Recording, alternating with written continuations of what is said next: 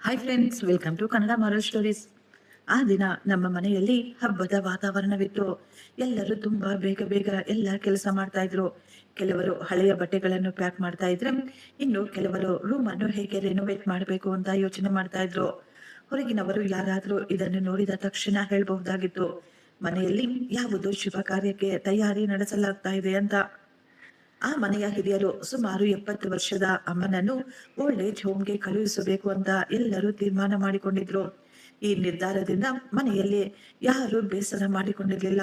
ಎಲ್ಲರ ಮುಖಗಳಲ್ಲಿಯೂ ಎಷ್ಟೊಂದು ಸಂತೋಷ ಕಾಣಿಸ್ತಾ ಇತ್ತು. ಸಿಂಧು ಮತ್ತು ರಮ್ಯಾ ಪದೇ ಪದೇ ಟೈಮ್ ನೋಡುತ್ತಾ, ಅಕ್ಕ ಬೇಗ ಬೇಗ ಕೈಯಾಡಿಸಿ, 6 ಗಂಟೆಯ ನಂತರ ಆಶ್ರಮದಲ್ಲಿ ಯಾರು ಆಫೀಸರ್ ಸಿಗೋದಿಲ್ವಂತೆ, ಅವರು ಇಲ್ಲದಿದ್ದರೆ ಆಕೆಯನ್ನು ಸೇರಿಸಿಕೊಳ್ಳಲ್ಲ ಅಂತ ಹೇಳ್ತಾ ಇದ್ರು. ನನ್ನ ಇಬ್ಬರು ತಂಗಿಯರು ಎಷ್ಟೊಂದು ಸಂತೋಷದಿಂದ ಆ ರೂಮಿನ ಗೋಡೆಗಳನ್ನು ಬೀಳಿಸ್ಬೇಕು ಅಂತ ಪ್ಲಾನ್ ಮಾಡ್ತಾ ಇದ್ರು.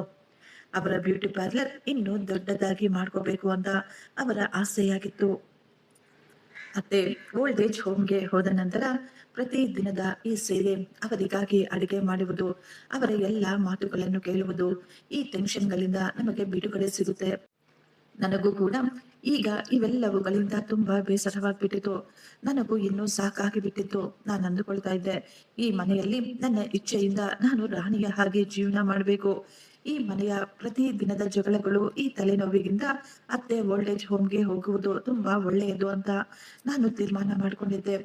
ಅವರು ಕೂಡ ಅಲ್ಲಿ ನೆಮ್ಮದಿಯಾಗಿರ್ತಾರೆ, ನಾವು ಕೂಡ ಇಲ್ಲಿ ಆರಾಮವಾಗಿ ಇರಬಹುದು ಎನ್ನುವುದು ನನ್ನ ಆಸೆ. ಅಲ್ಮಾರಿಯನ್ನು ಖಾಲಿ ಮಾಡಬೇಕಾದ್ರೆ ಅಲ್ಲಿ ನನಗೆ ಒಂದು ಬಾಕ್ಸ್ ಸಿಕ್ತು. ಅದರಲ್ಲಿ ಒಂದು ಲಕೋಟೆ ಕೂಡ ಇತ್ತು.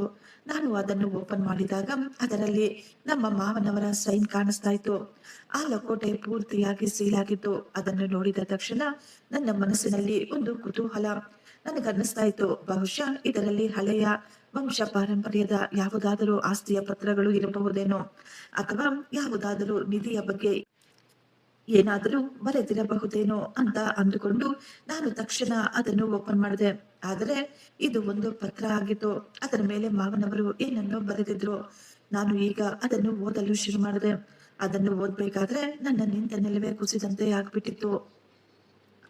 ಅದರಲ್ಲಿ ಬರೆಯಲಾಗಿತ್ತು, ನೀವುಗಳು ಯಾವ ಮನೆಯನ್ನು ನಿಮ್ಮ ಪ್ರಾಪರ್ಟಿ, ನಿಮ್ಮ ಸ್ವಂತ ಅಂತ ಅಂದುಕೊಳ್ತಾ ಇದ್ದೀರೋ, ಕಾನೂನಿನ ಪ್ರಕಾರ ಅದರ ಮೇಲೆ ನಿಮಗೆ ಯಾವುದೇ ರೀತಿಯ ಹಕ್ಕಿಲ್ಲ. ಆ ಮನೆಯ ನಿಜವಾದ ಮಾಲೀಕರು ನಾವಲ್ಲ. ನನ್ನಿಂದ ಕೇವಲ ಇಷ್ಟು ಮಾತ್ರವೇ ಓದಲು ಸಾಧ್ಯವಾಯಿತು. ಇದನ್ನು ನೋಡಿದ ತಕ್ಷಣ ನನ್ನ ಕೈ ಕಾಲುಗಳು ತಣ್ಣಗಾಗಿ ಬಿಟ್ಟಿದ್ವು. ನನಗೆ ನಂಬಿಕೆನೆ ಬರಲಿಲ್ಲ. ಯಾವ ಮನೆಯನ್ನು ನಮ್ಮ ಸ್ವಂತ ಮಾಡಿಕೊಳ್ಬೇಕು ಅಂತ ಎಷ್ಟೋ ತಿಂಗಳಿಂದ ಈ ಮನೆಯಲ್ಲಿ ಯುದ್ಧ ನಡೀತಾ ಇತ್ತು. ಕಾನೂನಿನ ಪ್ರಕಾರ ಆ ಮನೆ ನಮ್ಮ ಮಾವನವರದ್ದು ಆಗಿರ್ಲೇ ಇಲ್ಲ. ನಾನು ಈಗ ಆ ಪತ್ರವನ್ನು ತೆಗೆದುಕೊಂಡು ನೇರವಾಗಿ ನನ್ನ ರೂಮಿಗೆ ಓಡಿ ಹೋದೆ. ನನ್ನ ಗಂಡ ಲ್ಯಾಪ್ಟಾಪ್ನಲ್ಲಿ ಏನೋ ಕೆಲಸವನ್ನು ಮಾಡಿಕೊಳ್ತಾ ಇದ್ರು. ನಾನು ತಕ್ಷಣ ಪೇಪರ್ ಅನ್ನು ಅವರ ಮುಂದೆ ಇಟ್ಟು, ರಮೇಶ್, ಮೊದಲು ಇದನ್ನು ನೋಡು. ನನಗೆ ಅಲ್ಮಾರಿಯಲ್ಲಿ ಇದು ಸಿಕ್ತು. ಇದನ್ನು ನಿಮ್ಮ ತಂದೆ ಬರೆದಿದ್ದಾರೆ. ಈ ಮನೆ ಅವರದ್ದು ಅಲ್ವಂತೆ. ಈ ಮನೆ ಬೇರೆ ಯಾರದ್ದು ಹೆಸರ ಮೇಲೆ ಇದೆ ಅಂತ ಹೇಳಿದಾಗ ರಮೇಶ್ ಗಾಬರಿಯಿಂದ ಕೋಪವಾಗಿ ಆ ಪತ್ರಗಳನ್ನು ನನ್ನ ಕೈಯಿಂದ ಕಸಿದುಕೊಂಡ್ರು. ಅವರು ಈಗ ಅದನ್ನು ಓದಲು ಶುರು ಮಾಡಿದ್ರು.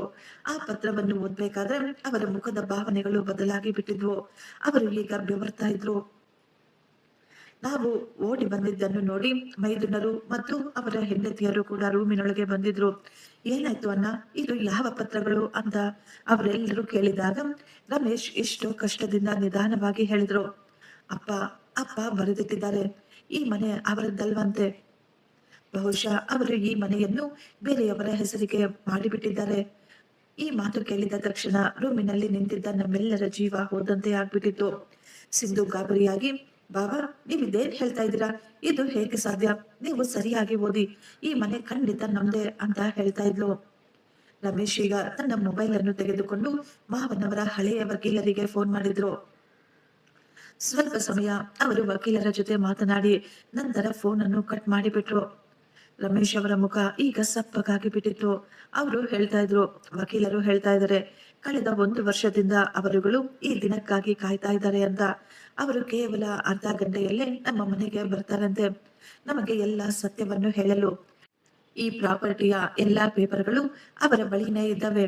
ಈ ಮಾತು ಕೇಳಿದ ತಕ್ಷಣ ಎಲ್ಲರ ತಲೆಯ ಮೇಲೆ ಸಿಡಿಲು ಬಿದ್ದಂತೆ ಆಗ್ಬಿಟ್ಟಿತ್ತು. ಯಾರಿಗೂ ಅರ್ಥನೇ ಆಗ್ಲಿಲ್ಲ. ಈಗ ಮುಂದೆ ಏನಾಗುತ್ತೆ ಅಂತ. ಈ ಮನೆ ಮೈನ್ ರೋಡ್ಗೆ ಇತ್ತು. ಕೋಟಿಗಟ್ಟಲೆ ಬೆಲೆ ಬಾಳ್ತಾ ಇತ್ತು. ಈ ಮನೆಗಾಗಿ ನಾವು ಅತ್ತೆಯನ್ನು ಮನೆಯಿಂದ ಓಡಿಸಲು ಪ್ಲಾನ್ ಮಾಡಿದೆವು. ಈಗ ಇದೇ ಮನೆ ನಮ್ಮ ಕೈಯಿಂದ ಜಾರುವ ಹಂತದಲ್ಲಿತ್ತು. ನಾವೆಲ್ಲರೂ ಈಗ ಟೆನ್ಷನ್ ನಲ್ಲಿ ಹಾಲಿನಲ್ಲಿ ಬಂದು ಕುಳಿತುಕೊಂಡು ವಕೀಲರಿಗಾಗಿ ಎದುರು ನೋಡ್ತಾ ಇದ್ವಿ. ಇವತ್ತೇ ಯಾಕೋ ಟೈಮ್ ಹೋಗ್ತಾನೆ ಇಲ್ಲ. ಸಮಯ ಅಲ್ಲೇ ನಿಂತು ಬಿಟ್ಟ ಹಾಗೆ ಅನ್ನಿಸ್ತಾ ಇತ್ತು ನಮ್ಗೆ. 10 ವರ್ಷದ ಮೊದಲು ರಮೇಶ್ ಅವರನ್ನು ಮದುವೆಯಾಗಿ ನಾನು ಈ ಮನೆಯ ದೊಡ್ಡ ಸೊಸೆಯಾಗಿ ಬಂದಿದ್ದೆ. ನಾವು ಮಿಡಲ್ ಕ್ಲಾಸ್ ಫ್ಯಾಮಿಲಿಯಿಂದ ಬಂದವಳು. ಇಷ್ಟೊಂದು ದೊಡ್ಡ ಶ್ರೀಮಂತ ಪರಿವಾರದಲ್ಲಿ ಸೊಸೆಯಾಗಿ ಬಂದಿದ್ದೆ. ಮೊದಲು ನಾನು ತುಂಬಾ ಹೆದರಿಕೊಂಡಿದ್ದೆ. ಇವರು ತುಂಬಾ ಶ್ರೀಮಂತರು, ದೊಡ್ಡ ಕುಟುಂಬ ಬೇರೆ. ಇವರ ಸ್ವಭಾವ ಎಂತಹುದು, ನಾನು ಇವರ ಜೊತೆ ಯಾವ ರೀತಿ ಅಡ್ಜಸ್ಟ್ ಮಾಡ್ಕೋಬೇಕು ಅಂತ. ನನ್ನ ಈ ಭಯವನ್ನು ನನ್ನ ಅತ್ತೆ ಮೊದಲ ದಿನವೇ ದೂರ ಮಾಡಿಬಿಟ್ಟಿದ್ರು. ನನಗೆ ಇವತ್ತಿಗೂ ಚೆನ್ನಾಗಿ ನೆನಪಿದೆ. ಮದುವೆಯಾದ ಮಾರನೆಯ ದಿನ ನಾನು ಬೆಳಿಗ್ಗೆ ಬೇಗ ಎದ್ದು ಅಡಿಗೆ ಮನೆಗೆ ಹೋದಾಗ ನನ್ನ ಅತ್ತೆ ನನ್ನ ಹಿಂದೆಯಿಂದ ಬಂದು ನನ್ನ ಕೈಯನ್ನು ಹಿಡಿದುಕೊಂಡು ಅವರು ಹೇಳ್ತಾ ಇದ್ರು, ಇನ್ನು ನಿನ್ನ ಕೈಯಲ್ಲಿ ಹಾಕಿರುವ ಮೆಹಂದಿ ಕೂಡ ಹೋಗಿಲ್ಲ. ಅಷ್ಟು ಬೇಗ ನೀನು ಅಡಿಗೆ ಮನೆಗೆ ಬಂದ್ಬಿಟ್ಟಿದ್ಯಾ? ನಡಿ, ಮೊದಲು ಇಲ್ಲಿಂದ ಹೊರಗೆ ನಡಿ. ಈಗ ತಾನೇ ನಿಮಗೆ ಮದುವೆಯಾಗಿದೆ. ನೀನು ರೂಮಿನಲ್ಲಿ ಹೋಗಿ ಆರಾಮ ಮಾಡು. ನಾನೇ ಮನೆಯ ಎಲ್ಲಾ ಕೆಲಸವನ್ನು ಮಾಡಿಕೊಳ್ತೀನಿ. ನನ್ನ ಸೊಸೆಯನ್ನು ನಾನು ರಾಣಿಯ ಹಾಗೆ ಇಟ್ಕೊಳ್ತೀನಿ ಅಂತ ಅವರು ಹೇಳ್ತಾ ಇದ್ರು. ಈ ಮಾತುಗಳನ್ನು ಕೇಳಿ ಆ ಸಮಯದಲ್ಲಿ ನಾನು ತುಂಬಾ ಸಂತೋಷ ಪಟ್ಟಿದ್ದೆ. ಅತ್ತೆ ನನ್ನನ್ನು ನಿಜವಾಗಿಯೂ ಒಬ್ಬ ರಾಣಿಯ ಹಾಗೇನೆ ನೋಡ್ಕೊಳ್ತಾ ಇದ್ರು. ಅವರು ನನ್ನಿಂದ ಹೆಚ್ಚಾಗಿ ಯಾವುದೇ ಕೆಲಸ ಕೂಡ ಮಾಡಿಸ್ತಾ ಇರ್ಲಿಲ್ಲ. ಮಾವ ಸಾಯಂಕಾಲ ವಾಪಸ್ ಬರ್ಬೇಕಾದ್ರೆ ತಪ್ಪದೆ ನನಗಾಗಿ ತಿನ್ನಲು ಕುಡಿಯಲು ಏನನ್ನಾದರೂ ತೆಗೆದುಕೊಂಡು ಬರ್ತಾ ಇದ್ರು. ನನ್ನ ಗಂಡ ಈ ಮನೆಯ ದೊಡ್ಡ ಮಗ, ಆದ್ರೆ ಅವರು ಯಾವಾಗಲೂ ಬೇರೆಯವರ ಮಾತುಗಳನ್ನು ಜಾಸ್ತಿ ಕೇಳ್ತಾ ಇದ್ರು. ಅತ್ತೆ ಮತ್ತು ಮಾವನ ಮುಂದೆ ಅವರಿಗೆ ಧೈರ್ಯನೇ ಇರ್ಲಿಲ್ಲ, ನನ್ನ ಜೊತೆ ಜೋರಾಗಿ ಮಾತನಾಡಲು ಕೂಡ. ಆ ಸಮಯದಲ್ಲಿ ಆ ಮನೆಯಲ್ಲಿ ನನ್ನಷ್ಟು ಸಂತೋಷವಾಗಿ ಯಾರೂ ಇರ್ಲಿಲ್ಲ. ಒಂದು ದಿನ ನಾನು ತಾಯಿ ಆಗ್ತಾ ಇದ್ದೀನಿ ಅಂತ ಅತ್ತೆಗೆ ಹೇಳಿದಾಗ ಅತ್ತೆ ತುಂಬಾ ಸಂತೋಷ ಪಟ್ಟಿದ್ರು. ಅವರು ಬಡವರಿಗೆ ಅನ್ನದಾನ ಕೂಡ ಏರ್ಪಾಟು ಮಾಡಿದ್ರು. ಆ ಏರಿಯಾದಲ್ಲಿ ಎಲ್ಲರಿಗೂ ಸಿಹಿಯನ್ನು ಹಂಚಿದ್ರು. ಅವರು ರಾತ್ರಿ ಹಗಲು ಎನ್ನದೆ ನನ್ನನ್ನು ತುಂಬಾ ಚೆನ್ನಾಗಿ ನೋಡ್ಕೊಳ್ತಾ ಇದ್ರು. ಅತ್ತೆ ಯಾವಾಗ್ಲೂ ಹೇಳ್ತಾ ಇದ್ರು, ಕುಸುಮ, ನೀನು ಯಾವುದೇ ಕಾರಣಕ್ಕೂ ಮೆಟ್ಟಿಲನ್ನು ಹತ್ತಬೇಡ ಅಂತ. ನನ್ನ ಕಾಲುಗಳು ನೋವಾದ್ರೆ, ಸ್ವಲ್ಪ ಊತ ಬಂದ್ರು ನಮ್ಮ ಅತ್ತೆ ಖುದ್ದು ಎಣ್ಣೆಯನ್ನು ಬಿಸಿ ಮಾಡಿ ನನ್ನ ಕಾಲಿಗೆ ಮಸಾಜ್ ಮಾಡ್ತಾ ಇದ್ರು. ಅತ್ತೆ ಯಾವಾಗಲೂ ನನ್ನನ್ನು ತುಂಬಾ ಚೆನ್ನಾಗಿ ನೋಡಿಕೊಳ್ಳುತ್ತಾ ನನಗೆ ಏನು ಬೇಕು ಏನು ಬೇಡ, ನಾನು ಏನ್ ತಿನ್ಬೇಕು ಅಂತ ಪ್ರತಿಯೊಂದು ವಿಷಯದಲ್ಲಿಯೂ ಎಷ್ಟು ಗಮನ ಕೊಡ್ತಾ ಇದ್ರು. ನಾನು ಯಾವಾಗ್ಲೂ ಹೇಳ್ತಾ ಇದ್ದೆ, ಅತ್ತೆ ನೀವು ದೊಡ್ಡವರು, ನೀವು ಈ ರೀತಿ ನನ್ನ ಸೇವೆಯನ್ನು ಮಾಡಬೇಡಿ, ನನಗೆ ತುಂಬಾ ಪಾಪ ಬರುತ್ತೆ ಅಂತ.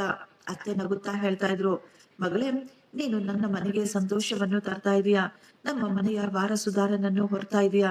ನಾನು ನಿನ್ನ ಸೇವೆ ಮಾಡ್ಲಿಲ್ಲ ಅಂದ್ರೆ ಇನ್ನು ಯಾರಿಗೆ ಮಾಡ್ಬೇಕು ಅಂತ ಹೇಳ್ತಾ ಇದ್ರು. ನನಗೆ ಗಂಡು ಮಗು ಜನಿಸಿದಾಗ ನನ್ನ ಮಾವನವರು ನಮ್ಮ ಫ್ಯಾಕ್ಟರಿಯ ಎಲ್ಲಾ ವರ್ಕರ್ಸ್ಗೂ ಬೋನಸ್ ಅನ್ನು ಸಹ ಕೊಟ್ಟಿದ್ರು. ಮಗುವನ್ನು ನನ್ನ ಅತ್ತೆ ಪೂರ್ತಿ ದಿನ ತಮ್ಮ ಮಡಿಲಿನಲ್ಲಿಯೇ ಇಟ್ಟುಕೊಂಡು ಓಡಾಡ್ತಾ ಇದ್ರು. ಜೀವನ ತುಂಬಾ ಸಂತೋಷವಾಗಿ ಕಳೀತಾ ಇತ್ತು. ನನ್ನ ಇಬ್ಬರು ಮೈದುನರಿಗೆ ಈಗ ಮದುವೆಯಾಗಿ ರಮ್ಯಾ ಮತ್ತು ಸಿಂಧು ಈ ಮನೆಗೆ ಸೊಸೆಯರಾಗಿ ಬಂದಿದ್ರು. ರಮ್ಯಾ ಮತ್ತು ಸಿಂಧು ತುಂಬಾ ಜಾಸ್ತಿ ಬುದ್ಧಿವಂತರಾಗಿದ್ರು. ತುಂಬಾ ಚಾಲಾಕಿತನ. ಅವರಿಗೆ ಬಾಯಿ ಕೂಡ ಜಾಸ್ತಿನೇ. ಅವರು ಬಂದ ತಕ್ಷಣ ಮನೆಯ ಪರಿಸ್ಥಿತಿಗಳು ಬದಲಾಗತೊಡಗಿದ್ವು. ಮೊದಲು ಅವರು ತುಂಬಾ ಚೆನ್ನಾಗಿ ಎಲ್ಲರ ಜೊತೆ ಬೆರೆಯುತ್ತಾ ಇದ್ರು. ಕೆಲವೇ ದಿನಗಳಲ್ಲಿ ಅವರು ಮನೆಯ ಮೇಲೆ ತಮ್ಮ ಆಧಿಪತ್ಯವನ್ನು ಸಾಧಿಸಲು ಶುರು ಮಾಡಿದ್ರು. ಒಂದು ದಿನ ಅಡಿಗೆ ಮಾಡ್ಬೇಕಾದ್ರೆ ರಮ್ಯಾ ಹೇಳ್ತಾ ಇದ್ರು, ಅಕ್ಕ, ನೀವು ತುಂಬಾ ಅಮಾಯಕರು. ಪೂರ್ತಿ ದಿನ ಈ ಅಡಿಗೆ ಮನೆಯಲ್ಲಿ ಇಷ್ಟೊಂದು ಬಿಸಿಯಲ್ಲಿ ಬೇಯ್ತಾ ಇರ್ತೀರಾ. ಅತ್ತೆಯನ್ನು ನೋಡಿ, ಅವರು ನಿಮ್ಮನ್ನು ಮುಟ್ಟಾಳರನ್ನಾಗಿ ಮಾಡಿ ಅವರ ತಾಳಕ್ಕೆ ತಕ್ಕಂತೆ ನಿಮ್ಮನ್ನು ಕುಣಿಸ್ತಾ ಇದ್ದಾರೆ. ಆದ್ರೆ ನಮ್ಮಿಂದ ಇದೆಲ್ಲವೂ ಸಾಧ್ಯವಿಲ್ಲ. ನಾವು ನಮ್ಮ ಗಂಡಂದಿರಿಗೆ ಹೇಳ್ಬಿಡ್ತೀವಿ, ನಮಗಾಗಿ ನೀವು ಮನೆಯಲ್ಲಿ ಕೆಲಸ ಮಾಡಲು ಒಬ್ಬ ಕೆಲಸದವಳನ್ನು ಇಡಿ ಅಂತ. ನಾನು ಅವರಿಗೆ ಅರ್ಥ ಮಾಡಿಸಲು ಪ್ರಯತ್ನ ಪಟ್ಟೆ. ಅತ್ತೆ ದೊಡ್ಡವರು, ಅವರು ಹೇಳಿದ ಕೆಲಸವನ್ನು ಮಾಡುವುದು ನಮ್ಮ ಜವಾಬ್ದಾರಿ ಅಂತ. ಈ ಮಾತಿಗೆ ಅವರಿಬ್ಬರು ನಗುತ್ತಾ ಹೇಳಿದ್ರು, ಅಕ್ಕ, ಜವಾಬ್ದಾರಿ ಕೇವಲ ನಿಂದು ಮಾತ್ರ ಅಲ್ಲ ತಾನೆ, ನಾವು ಕೂಡ ಈ ಮನೆಯ ಸೊಸೆಯಂದಿರೆ. ಆದ್ರೆ ಅತ್ತೆಯ ವ್ಯವಹಾರನೇ ವಿಚಿತ್ರ. ಅವರು ಎಲ್ಲ ವಿಷಯದಲ್ಲೂ ಏನೋ ಒಂದು ಕೊಂಕು ಮಾತು ಹೇಳ್ತಾನೆ ಇರ್ತಾರೆ. ನಿನ್ನೆ ನೋಡಿ, ಸಾರಿನಲ್ಲಿ ಸ್ವಲ್ಪ ಉಪ್ಪು ಜಾಸ್ತಿ ಆಗಿತ್ತು ಅಷ್ಟೇ. ಅಷ್ಟಕ್ಕೆ ಅವರು ಎಲ್ಲರ ಮುಂದೆ ನಮ್ಮನ್ನು ಅವಮಾನ ಮಾಡಿಬಿಟ್ರು. ನಿಮ್ಗೆ ಚೆನ್ನಾಗಿ ಗೊತ್ತು ಅತ್ತೆಗೆ BP ಇದೆ ಅಂತ. ಆದ್ರೂ ಅವರು ಯಾವಾಗಲೂ ಮಸಾಲೆಯ ಪದಾರ್ಥಗಳನ್ನೇ ತಿನ್ಬೇಕು ಅಂತ ಹೇಳ್ತಾ ಇರ್ತಾರೆ. ಅವರ ಹಳೆಯ ಅಭ್ಯಾಸಗಳು, ಬಾಯಿ ರುಚಿ ಇನ್ನೂ ಬಿಟ್ಟೇ ಇಲ್ಲ ಅವರು. ಸಿಂಧು ಯಾವಾಗಲೂ ತನ್ನ ಗಂಡನಿಗೆ ಚಾಡಿ ಹೇಳ್ತಾ ಇದ್ಲು. ಒಂದು ರಾತ್ರಿ ನಾನು ಅಡಿಗೆ ಮನೆಗೆ ಹೋಗ್ಬೇಕಾದ್ರೆ ಮಹೇಶ್ ಅವರ ರೂಮಿನ ಬಾಗಿಲು ಸ್ವಲ್ಪ ಓಪನ್ ಇತ್ತು ಮತ್ತು ಸಿಂಧುಳ ಧ್ವನಿ ಹೊರಗಿನವರೆಗೂ ಕೇಳಿಸ್ತಾ ಇತ್ತು. ಅವಳು ಕೋಪವಾಗಿ ಹೇಳ್ತಾ ಇದ್ಲು, ನಮಗೆ ಈ ಮನೆಯಲ್ಲಿ ಯಾವುದೇ ಮರ್ಯಾದೆ ಇಲ್ಲ. ಮನೆಯಲ್ಲಿ ಕೇವಲ ಅತ್ತೆಯದ್ದು ಮತ್ತು ದೊಡ್ಡ ಅಕ್ಕನ ಮಾತೆ ನಡೆಯಬೇಕು. ನೀವು ಫ್ಯಾಕ್ಟರಿಯಲ್ಲಿ ದಿನವೆಲ್ಲ ಮಾವನವರ ಬೈಗುಳವನ್ನು ಕೇಳಿಸ್ಕೊಳ್ತೀರಾ ಮತ್ತು ನಾನು ಈ ಮನೆಯಲ್ಲಿ ಅತ್ತೆಯ ಬೈಗುಳವನ್ನು ಕೇಳಿಸ್ಕೊಳ್ತಾ ಇದ್ದೀನಿ. ಇನ್ನು ಎಷ್ಟು ದಿನ ಅಂತ ನಾವು ಈ ರೀತಿ ಗುಲಾಮರಾಗಿ ಬದುಕಬೇಕು? ನೀವು ನಿಮ್ಮ ಅಣ್ಣಂದಿರ ಜೊತೆ ಈ ವಿಷಯದ ಬಗ್ಗೆ ಯಾಕೆ ಮಾತನಾಡುವುದಿಲ್ಲ?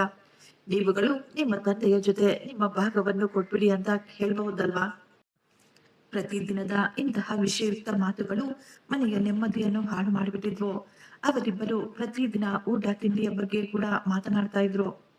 ಅವರು ಅತ್ತೆಯ ಪ್ರತಿ ಮಾತಿನಲ್ಲೂ ಕೊಂಕುಗಳನ್ನು ಹೇಳುತ್ತಾ ಮನೆಯಲ್ಲಿ ಪ್ರತಿದಿನ ಗಲಾಟೆ ಮಾಡ್ತಾ ಇದ್ರು.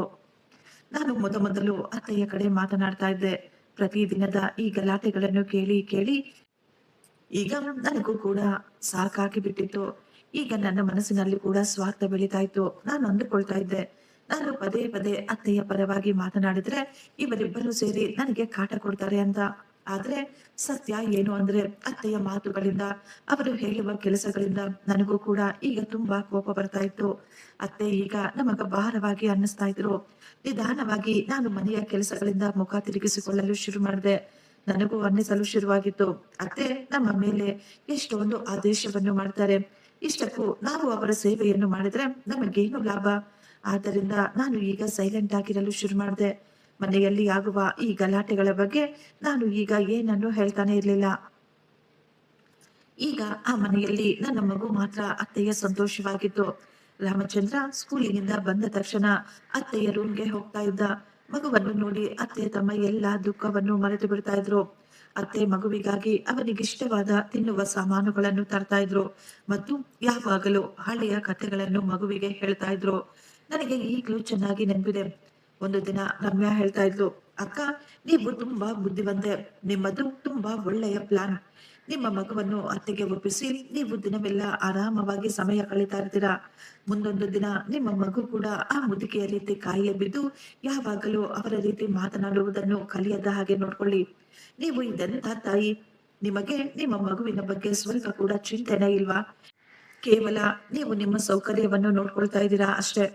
ನೀವು ಯಾವಾಗಲೂ ನೆಮ್ಮದಿಯಾಗಿ ಆರಾಮವಾಗಿರ್ಬೇಕು ಅಂತ.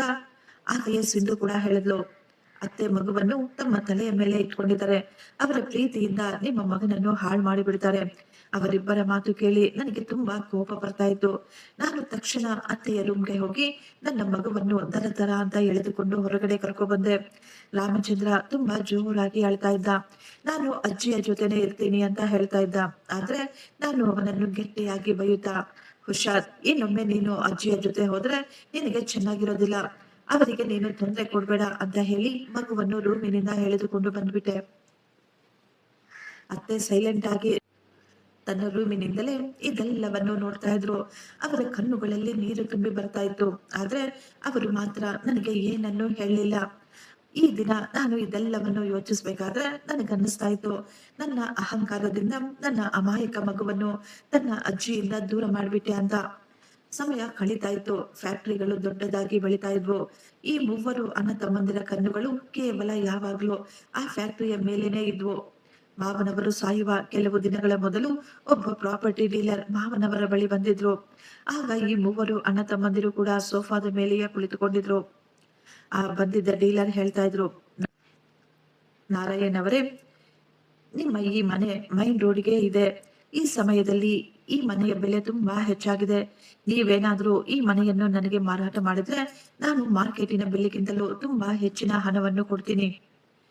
ನಾನು ಟೀಯನ್ನು ತೆಗೆದುಕೊಂಡು ಹೋಗಿ ಟೇಬಲ್ ಮೇಲೆ ಇಡಬೇಕಾದ್ರೆ ಈ ಅಣ್ಣ ತಮ್ಮಂದಿರನ್ನು ನೋಡಿದೆ.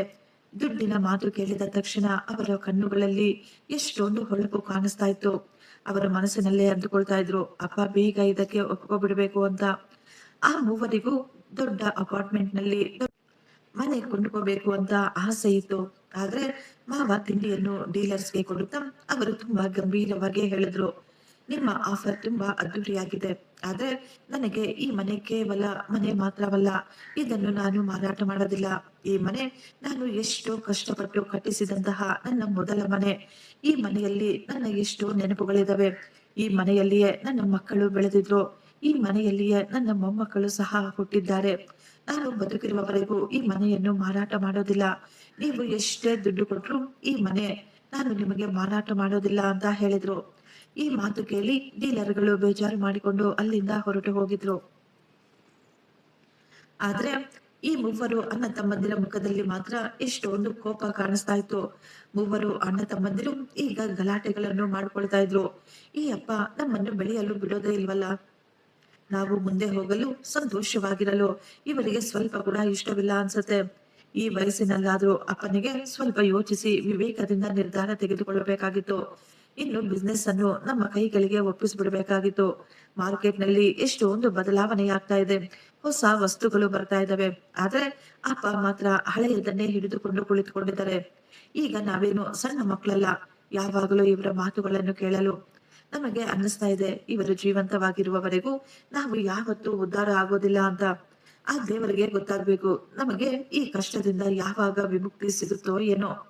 ಅಪ್ಪನ ಈ ಹಠದಿಂದ ನಾವು ಎಷ್ಟೊಂದು ಲಾಸ್ ಆಗ್ತಾ ಇದ್ದೇವೆ, ನಾವು ಎಷ್ಟೊಂದು ಕಳೆದುಕೊಳ್ತಾ ಇದ್ದೀವಿ, ಅವರಿಗೆ ಕೂಡ ಗೊತ್ತಾಗ್ಬೇಕು. ಮಕ್ಕಳು ಈಗ ದೊಡ್ಡವರಾಗಿದ್ದಾರೆ, ನಮಗೆ ಈಗ ವಯಸ್ಸಾಗ್ಬಿಟ್ಟಿದೆ. ನಾವು ಬಿಸ್ನೆಸ್ ಅನ್ನು ಅವರಿಗೆ ಒಪ್ಪಿಸ್ಬಿಡ್ಬೇಕು. ಅವರಿಗೆ ಇಷ್ಟ ಬಂದಂತೆ ಅವರೇ ಬಿಸ್ನೆಸ್ ಅನ್ನು ಮುಂದುವರಿಸಿಕೊಂಡು ಹೋಗ್ಲಿ ಅಂತ ರಮೇಶ್ ಹೇಳ್ತಾ ಇದ್ರೆ ಇಬ್ಬರು ತಮ್ಮಂದಿರು ಹೌದು ಅಣ್ಣ, ಹೌದು ಅಂತ ತಲೆ ಆಡಿಸ್ತಾ ಇದ್ರು. ಅಪ್ಪ ಯಾವಾಗಲೂ ನಮ್ಮನ್ನು ಕೂಲಿಯವರ ರೀತಿ ಇಟ್ಕೋಬೇಕು ಅಂತ ಯೋಚನೆ ಮಾಡ್ತಾ ಇದ್ದಾರೆ. ನಾವುಗಳು ಅವರ ಕೈ ಗೊಂಬೆಗಳ ಹಾಗೆ ಅವರು ಹೇಳಿದಂತೆ ಆಡಬೇಕು ಅಂತ ಅವರ ಇಚ್ಛೆ. ಈ ಮೂವರು ತಮ್ಮ ಸ್ವಾರ್ಥ ಮತ್ತು ಕೋಪದಿಂದ ಹುಚ್ಚರಾಗಿ ಬಿಟ್ಟಿದ್ರು.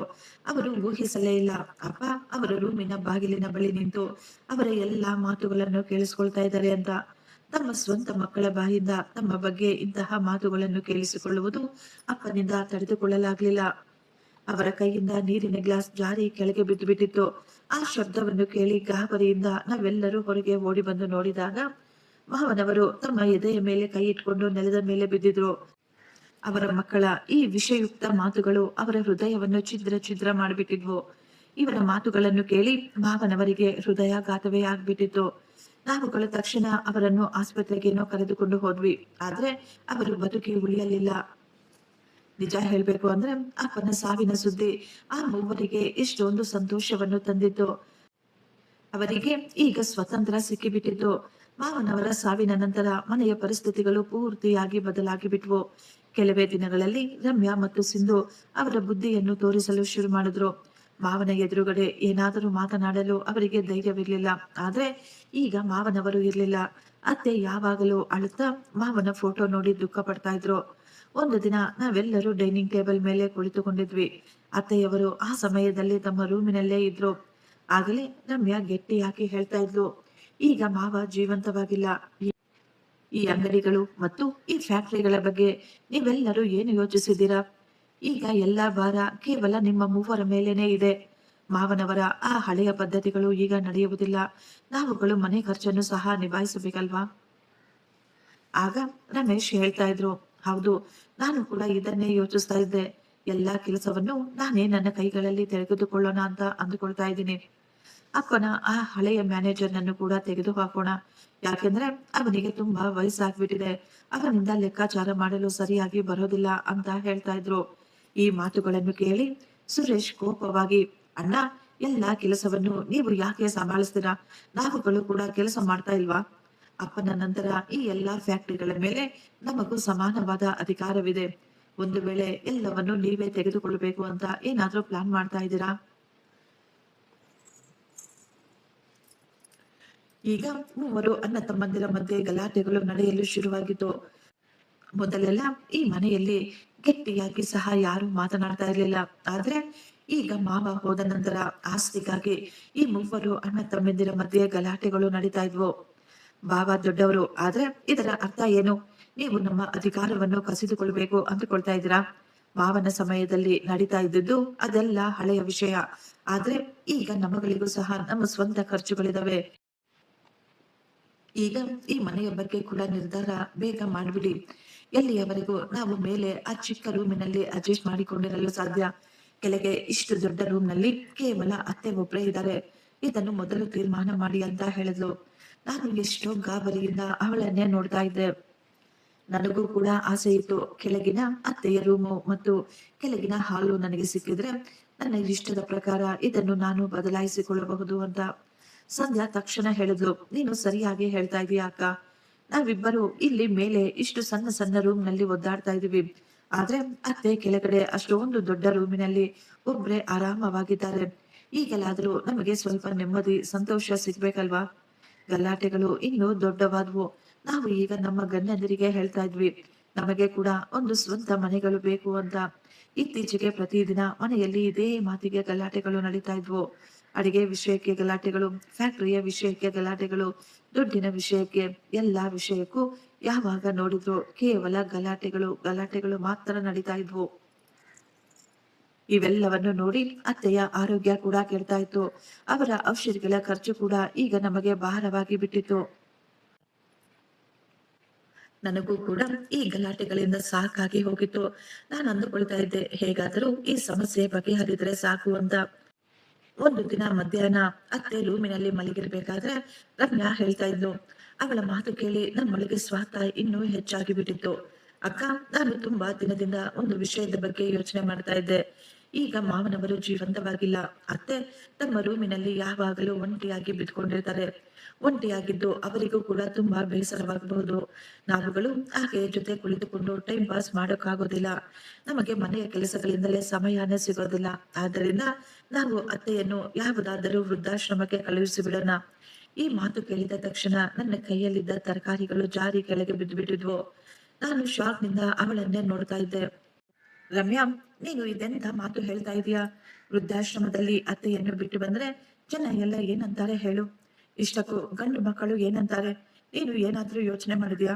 ಆಗ ರಮ್ಯಾ ನಗುತ್ತಾ ಹೇಳಿದ್ಲು, ಅಕ್ಕ, ಜನ ಏನು ಹೇಳ್ತಾರೆ ಅಂತ ನೀವು ಯೋಚನೆ ಮಾಡಬೇಡಿ. ಆಶ್ರಮದಲ್ಲಿ ಅತ್ತೆ ತುಂಬಾ ಸಂತೋಷವಾಗಿರ್ತಾರೆ. ಅತ್ತೆಯ ವಯಸ್ಸಿನ ಹೆಂಗಸರು ಕೂಡ ಅಲ್ಲಿ ಇರ್ತಾರೆ. ಅಲ್ಲಿ ಅತ್ತೆಗೆ ಕೂಡ ತುಂಬಾ ಸಂತೋಷವಾಗುತ್ತೆ. ಅಲ್ಲಿ ಎಲ್ಲಾ ರೀತಿಯ ಸೌಕರ್ಯಗಳು ಕೂಡ ಇರ್ತವೆ. ಅಲ್ಲಿ ಇರುವವರು ವಯಸ್ಸಾದವರನ್ನು ತುಂಬಾ ಚೆನ್ನಾಗಿ ನೋಡಿಕೊಳ್ತಾರೆ. ಇಷ್ಟಕ್ಕೂ ಅವರನ್ನು ನಾವು ಎಷ್ಟು ಕಾಲ ಅಂತ ನೋಡಿಕೊಳ್ಳಕ್ಕಾಗುತ್ತೆ? ಅವರ ಔಷಧಿಗಳ ಖರ್ಚುಗಳು ಸಹ ತುಂಬಾ ಹೆಚ್ಚಾಗ್ಬಿಟ್ಟಿದಾವೆ. ನಾವು ಇನ್ನು ಎಷ್ಟು ದಿನ ಅಂತ ಅವರ ಔಷಧಿಗಳ ಖರ್ಚುಗಳನ್ನು ನಿಭಾಯಿಸಲು ಸಾಧ್ಯ? ಅವರನ್ನು ಅಲ್ಲಿಗೆ ಕಳುಹಿಸಿಬಿಟ್ರೆ ನಾವು ಕೂಡ ಇಲ್ಲಿ ಆರಾಮವಾಗಿ ಇರಬಹುದು. ನಾವಿಬ್ಬರು ಕೆಳಗೆ ನಮ್ಮ ಬ್ಯೂಟಿ ಪಾರ್ಲರ್ ಅನ್ನು ಸಹ ಓಪನ್ ಮಾಡಿಕೊಳ್ಳುತ್ತೇವೆ. ಅತ್ತೆಯನ್ನು ಕಳಿಸಿದ್ರೆ ನಾವೆಲ್ಲರೂ ತುಂಬಾ ಸಂತೋಷವಾಗಿರಬಹುದು. ಇದರಿಂದ ನಮಗೆ ಎಷ್ಟೋ ಲಾಭ ಆಗುತ್ತೆ. ಇದರಿಂದ ಯಾರಿಗೂ ಯಾವುದೇ ನಷ್ಟ ಕೂಡ ಇರೋದಿಲ್ಲ. ಆಗಲೇ ಸಿಂಧು ಕೂಡ ಸಂತೋಷವಾಗಿ ಹೇಳಿದ್ಲು, ಹೌದು ಅಕ್ಕ, ರಮ್ಯಾ ಹೇಳ್ತಾ ಇರೋದು ಕರೆಕ್ಟ್ ಆಗಿದೆ. ನೀವು ಹೇಗಾದ್ರೂ ಮಾಡಿ ಭಾವನನ್ನು ಒಪ್ಪಿಸಿ. ಸುರೇಶ್ ಮತ್ತು ರಾಜೇಶ್ನನ್ನು ನಾವೇ ನೋಡಿಕೊಳ್ತೀವಿ. ಪ್ರತಿದಿನದ ಈ ತಲೆನೋವನ್ನು ಒಂದೇ ಬಾರಿ ನಿಭಾಯಿಸಿ ಬಿಟ್ರೆ ಎಲ್ಲವೂ ಚೆನ್ನಾಗಿರುತ್ತೆ. ಆ ಸಮಯದಲ್ಲಿ ನನಗಿದೆಲ್ಲವೂ ಸ್ವಲ್ಪ ಕೂಡ ಇಷ್ಟವಾಗ್ಲಿಲ್ಲ. ಇದೆಲ್ಲ ತಪ್ಪು ಅಂತ ನನಗನ್ನಿಸ್ತಾ ಇತ್ತು. ಆದ್ರೆ ಈ ಮನೆಯಲ್ಲಿ ಅರ್ಧ ಭಾಗ ನನ್ನದಾಗುತ್ತೆ. ನಮಗೆ ಇಲ್ಲಿ ಸುಖ ಸಂತೋಷ ಸಿಗುತ್ತೆ ಅನ್ನುವ ಒಂದೇ ಒಂದು ಮಾತಿನಿಂದ ನಾನು ಕೂಡ ಸುಮ್ಮನಾಗಿ ಬಿಟ್ಟಿದ್ದೆ. ನಾನು ಸೈಲೆಂಟ್ ಆಗಿ ಅವರ ಮಾತುಗಳಿಗೆ ತಲೆ ಆಡಿಸ್ತಾ ಕುಳಿತುಕೊಂಡಿದ್ದೆ. ರಾತ್ರಿ ನಾನು ರಮೇಶ್ಗೆ ಈ ಮಾತುಗಳನ್ನು ಹೇಳಿದಾಗ ಮೊದಲು ಅವರು ಸ್ವಲ್ಪ ಚಿಂತೆ ಮಾಡ್ತಾ ಇದ್ರು. ನಂತರ ಅವರು ಹೇಳಿದ್ರು, ಜನ ನಮ್ಮನ್ನು ಆಡಿಕೊಳ್ತಾರೆ. ಮೂವರು ಗಂಡು ಮಕ್ಕಳಿದ್ರು ತಮ್ಮ ಅಮ್ಮನನ್ನು ಮನೆಯಿಂದ ಹೊರ ಹಾಕಿದ್ದಾರೆ ಅಂತ ಹೇಳ್ತಾರೆ. ನಾನು ಅವರಿಗೆ ಅರ್ಥ ಮಾಡಿಸ್ದೆ, ರಮೇಶ್, ನಾವು ಅವರನ್ನು ಮನೆಯಿಂದ ಹೊರಗೆ ಹಾಕ್ತಾ ಇಲ್ಲ. ಅವರ ಕೈಯನ್ನು ನಾವು ಬಿಟ್ಟು ಬಿಡ್ತಾ ಇಲ್ಲ. ನಾವು ಅವರಿಗೆ ಒಳ್ಳೆಯದಾಗ್ಲಿ ಅಂತ, ಅವರನ್ನು ಚೆನ್ನಾಗಿ ನೋಡಿಕೊಳ್ಳಲಿ ಅಂತಾನೆ ಅವರನ್ನು ಒಳ್ಳೆಯ ವೃದ್ಧಾಶ್ರಮದಲ್ಲಿ ಬಿಡ್ತಾ ಇದೀವಿ. ಆಗ ನಮಗೆ ಕೆಳಗಿನ ಅತ್ತೆಯ ರೂಮ್ ಕೂಡ ಸಿಕ್ಕಿಬಿಡುತ್ತೆ. ನೀನು ಈ ಮನೆಯ ದೊಡ್ಡ ಮಗ, ಆದ್ದರಿಂದ ನಿನಗೆ ಆ ದೊಡ್ಡ ರೂಮಿನ ಮೇಲೆ ಅಧಿಕಾರವಿರೋದು. ರಮೇಶ್ ನನ್ನ ಮಾತುಗಳಲ್ಲಿ ಬಂದ್ಬಿಟ್ಟಿದ್ದ. ಮಾರನೆಯ ದಿನ ಬೆಳಿಗ್ಗೆನೆ ಮೂವರು ಅಣ್ಣ ತಮ್ಮಂದಿರು ಈ ಯೋಜನೆಗೆ ಒಪ್ಪಿಗೆ ಕೊಟ್ಟಿದ್ರು. ಎಲ್ಲರೂ ಸೇರಿಕೊಂಡು ಈಗ ತಮ್ಮ ಸ್ವಂತ ಅಮ್ಮನನ್ನೇ ಮನೆಯಿಂದ ಹೊರಹಾಕಲು ಪ್ಲಾನ್ ಮಾಡ್ತಾ ಇದ್ರು. ನಾವೆಲ್ಲರೂ ಆ ದಿನಕ್ಕಾಗಿ ಎದುರು ನೋಡ್ತಾ ಇದ್ವಿ. ಆ ದಿನ ನಮ್ಮ ಅತ್ತೆ ಮನೆಯಿಂದ ಹೊರಟು ಹೋಗ್ತಾರೆ ಅಂತ. ಡೋರ್ ಬೆಲ್ ಆದಾಗ ನಾನು ಶಾಕ್ನಿಂದ ನನ್ನ ಹಳೆಯ ನೆನಪುಗಳಿಂದ ಹೊರಗೆ ಬಂದಿದ್ದೆ. ಮನೆಯಲ್ಲಿ ಎಲ್ಲರೂ ಶಾಕ್ನಿಂದ ಎದ್ದು ನಿಂತುಕೊಂಡಿದ್ರು. ನಾನು ಬೇಗ ಹೋಗಿ ಬಾಗಿಲನ್ನು ಓಪನ್ ಮಾಡಿದೆ. ಬಾಗಿಲಿನ ಬಳಿ ಮಾವನವರ ಹಳೆಯ ವಕೀಲರು ನಿಂತುಕೊಂಡಿದ್ರು. ಅವರ ಕೈಯಲ್ಲಿ ಒಂದು ಹಳೆಯ ಕಪ್ಪು ಕಲರ್ ಬ್ಯಾಗು ಕೂಡ ಇತ್ತು. ರಮೇಶ್ ಅವರನ್ನು ತಕ್ಷಣ ಒಳಗೆ ಆಹ್ವಾನಿಸಿ ಕೇಳಿದ್ರು, ಲಾಯರ್ ಸಾಹೇಬರೇ, ಇದೆಲ್ಲ ಏನು ನಡೀತಾ ಇದೆ? ನಮಗೆ ಬೆಳಿಗ್ಗೆಯಿಂದ ಏನು ಅರ್ಥನೇ ಆಗ್ತಾ ಇಲ್ಲ. ನಮಗೆ ತುಂಬಾ ಟೆನ್ಷನ್ ಆಗ್ಬಿಟ್ಟಿದೆ ಅಂತ ಹೇಳಿದಾಗ ಲಾಯರ್ ಅವರು ಏನು ಮಾತನಾಡದೆ ಸೈಲೆಂಟ್ ಆಗಿ ಸೋಫಾದ ಮೇಲೆ ಹೋಗಿ ಕುಳಿತುಕೊಂಡ್ರು. ನಾವು ಅತ್ತೆಯ ಸಾಮಾನುಗಳನ್ನು ಪ್ಯಾಕ್ ಮಾಡಿ ಅಲ್ಲಿ ಜೋಡಿಸಿದ್ದ ಎಲ್ಲ ವಸ್ತುಗಳನ್ನು ಸಹ ಅವರು ನೋಡ್ತಾ ಇದ್ರು. ಅದನ್ನು ನೋಡಿ ಅವರಿಗೆ ತುಂಬಾ ಕೋಪ ಬಂದಿತ್ತು. ರಮೇಶ್ ಈಗ ಆ ಪತ್ರಗಳನ್ನು ಅವರ ಮುಂದೆ ಇಟ್ಟು, ಸರ್, ಇದೆಲ್ಲ ಏನು ನಡೀತಾ ಇದೆ, ಈಗಲಾದ್ರೂ ಹೇಳಿ ಅಂತ ಕೇಳಿದ್ರು. ಈ ಮನೆ ಅಪ್ಪನದ್ದು ಅಲ್ದಿದ್ರೆ ಬೇರೆ ಯಾರ್ದು? ನೀವೇ ತಾನೇ ಫ್ಯಾಕ್ಟರಿಯ ಅಪ್ಪನ ಎಲ್ಲಾ ಕೆಲಸವನ್ನು ನೋಡ್ಕೊಳ್ತಾ ಇರೋದು. ಈ ಮನೆ ನಮ್ಮ ಅಪ್ಪನದ್ದು ಅಲ್ದೇ ಇದ್ರೆ ಇನ್ನು ಯಾರದು? ನಾವು ಅವರ ಮಕ್ಕಳು, ನಮಗೆ ಅವರ ಸಂಪತ್ತಿನ ಮೇಲೆ ಪೂರ್ತಿ ಅಧಿಕಾರವಿದೆ. ವಕೀಲರು ಈಗ ದೀರ್ಘವಾಗಿ ಉಸಿರನ್ನು ತೆಗೆದುಕೊಂಡು, ನಾರಾಯಣ್ ಕಳೆದ 1 ವರ್ಷದಿಂದ ನಿಮ್ಮನ್ನು ನೀಟಾಗಿ ಗಮನಿಸ್ತಾ ಇದ್ದಾರೆ. ನೀವು ಫ್ಯಾಕ್ಟರಿಯಲ್ಲಿ ನಡೆದುಕೊಳ್ತಾ ಇರುವ ರೀತಿ, ಮನೆಯಲ್ಲಿ ಅವರಿಗೆ ಮಾಡುತ್ತಿರುವ ಅವಮಾನ, ನಿಮ್ಮ ತಾಯಿಗೆ ನೀವುಗಳು ಕೊಡುತ್ತಿರುವ ಕಾಟ ಎಲ್ಲವನ್ನು ಅವರು ಗಮನಿಸಿ ನೋಡ್ತಾ ಇದ್ರು. ಅವರಿಗೆ ಚೆನ್ನಾಗಿ ಗೊತ್ತು, ಅವರು ಸತ್ತ ನಂತರ ನೀವುಗಳು ನಿಮ್ಮ ತಾಯಿಯ ಜೊತೆ ಹೇಗೆ ನಡೆದುಕೊಳ್ತೀರಾ ಅಂತ. ಆದ್ದರಿಂದಲೇ ನಿಮ್ಮ ತಂದೆ ಆ ಪತ್ರವನ್ನು ಅಲ್ಮಾರಿಯಲ್ಲಿ ಬಚ್ಚಿಟ್ಟಿದ್ರು. ಯಾಕಂದ್ರೆ ಅವರಿಗೆ ಚೆನ್ನಾಗಿ ಗೊತ್ತಿತ್ತು, ಒಂದಲ್ಲ ಒಂದು ದಿನ ನೀವು ಅವರ ಹೆಂಡತಿಯನ್ನು ಈ ಮನೆಯಿಂದ ಹೊರಗೆ ಹಾಕ್ತೀರಾ ಅಂತ, ಅವರ ಸಾಮಾನುಗಳನ್ನು ಹೊರಗೆ ತೆಗಿತೀರಾ ಅಂತ. ಆ ಸಮಯದಲ್ಲಿ ನಿಮಗೆ ಈ ಪತ್ರ ಸಿಗ್ಬೇಕು ಅಂತ ನಿಮ್ಮ ಅಪ್ಪ ಯೋಚಿಸಿದ್ರು. ರಮೇಶ್ ಈಗ ಕೋಪವಾಗಿ ಹೇಳಿದ್ರು, ವಕೀಲರೇ, ನೀವು ಇಲ್ಲ ಸಲ್ಲದ್ದನ್ನು ಸುತ್ತಿ ಬಳಸಿ ಮಾತನಾಡುವ ಅವಶ್ಯಕತೆ ಇಲ್ಲ. ಅಪ್ಪ ನಮ್ಮ ಮೇಲೆ ಕೋಪದಿಂದ ಮನೆಯನ್ನು ಅಥವಾ ಫ್ಯಾಕ್ಟರಿಯ ಕೆಲವೊಂದು ಭಾಗವನ್ನು ಯಾವುದಾದರೂ ಅನಾಥಾಶ್ರಮಕ್ಕೆ ಕೊಟ್ಬಿಟ್ಟಿದಾರಾ? ಆ ರೀತಿ ಏನಾದ್ರೂ ಇದ್ರೆ ನೀವು ನಮಗೆ ನೇರವಾಗಿ ಹೇಳ್ಬಿಡಿ. ಆದ್ರೆ ಈ ಮನೆ ಮಾತ್ರ ನಮ್ದೇ ಅಲ್ವಾ? ರಮ್ಯಾ ಕೂಡ ಮಧ್ಯದಲ್ಲಿ ಹೇಳಿದ್ರು, ಸರ್, ಬೇಗ ಬೇಗ ಹೇಳಿ, ನಾವುಗಳು ಈ ದಿನವೇ ಅತ್ತೆಯನ್ನು ಓಲ್ಡ್ ಏಜ್ ಹೋಮ್ಗೆ ಸೇರಿಸ್ಬೇಕು ಅಂತ ಎಲ್ಲಾ ತಯಾರಿ ನಡೆಸ್ತಾ ಇದೀವಿ. ನಾಳೆ ಅಷ್ಟೊತ್ತಿಗೆ ಈ ಮನೆ ಕೂಡ ಪೂರ್ತಿಯಾಗಿ ಸೆಟ್ಲ್ ಆಗೋಗುತ್ತೆ. ನಾವು ಇನ್ನು ತುಂಬಾ ಸಮಯ ಕಾಯಲು ಸಾಧ್ಯವಿಲ್ಲ. ರಮ್ಯಾ ಮಾತುಗಳನ್ನು ಕೇಳಿ ಲಾಯರ್ ಸಾಹೇಬರು ವಿಚಿತ್ರವಾಗಿ ನಗುತ್ತಾ ಹೇಳಿದ್ರು, ಬಹುಶಃ ನಿಮಗೆ ಪರಿಸ್ಥಿತಿಗಳು ಇನ್ನೂ ಸರಿಯಾಗಿ ಅರ್ಥವಾಗಿಲ್ಲ ಅನ್ಸುತ್ತೆ. ನಾರಾಯಣ್ ಅವರು ಈ ಮನೆಯನ್ನು ಬೇರೆಯವರ ಹೆಸರಿಗೆ ಮಾಡಿಲ್ಲ, ಯಾವುದೇ ಆಶ್ರಮಕ್ಕೂ ಕೂಡ ಬರೆದು ಕೊಟ್ಟಿಲ್ಲ. ನಮ್ಮದಲ್ಲದಿರುವ ವಸ್ತುವನ್ನು ನಾವು ಹೇಗೆ ಬೇರೆಯವರ ಹೆಸರಿಗೆ ಕೊಡಲು ಸಾಧ್ಯ? ಈ ಮಾತು ಕೇಳಿದ ತಕ್ಷಣ ನಾವೆಲ್ಲರೂ ಶಾಕ್ ಆಗ್ಬಿಟ್ಟಿದ್ವಿ. ನಮ್ಮ ಮುಖದ ಮೇಲಿನ ಬಣ್ಣಗಳು ಬದಲಾಗಿ ಬಿಟ್ಟಿದ್ವು. ಸರ್, ನೀವು ಏನ್ ಹೇಳ್ತಾ ಇದ್ದೀರಾ? ನಿಮ್ಮ ಮಾತಿನ ಅರ್ಥವೇನು? ಅಪ್ಪ ಈ ಮನೆಯನ್ನು ಡೀಲರ್ಗೆ ಮಾರಾಟ ಮಾಡಿಬಿಟ್ಟಿದ್ದಾರಾ? ಸರ್, ಇಷ್ಟಕ್ಕೂ ನೀವು ಸರಿಯಾಗಿ ನಮಗೆ ಯಾಕೆ ಏನು ಹೇಳ್ತಾ ಇಲ್ಲ? ಇಷ್ಟಕ್ಕೂ ನಮ್ಮ ಅಧಿಕಾರ ನಮಗೆ ಸಿಗುತ್ತಾ ಇಲ್ವಾ ಅಂತ ರಮೇಶ್ ಕೋಪವಾಗಿ ಹೇಳಿದ್ರು. ಈ ಮನೆಯ ನಿಜವಾದ ಮಾಲೀಕರು ಈಗಲೂ ಈ ಮನೆಯಲ್ಲೇ ಇದ್ದಾರೆ.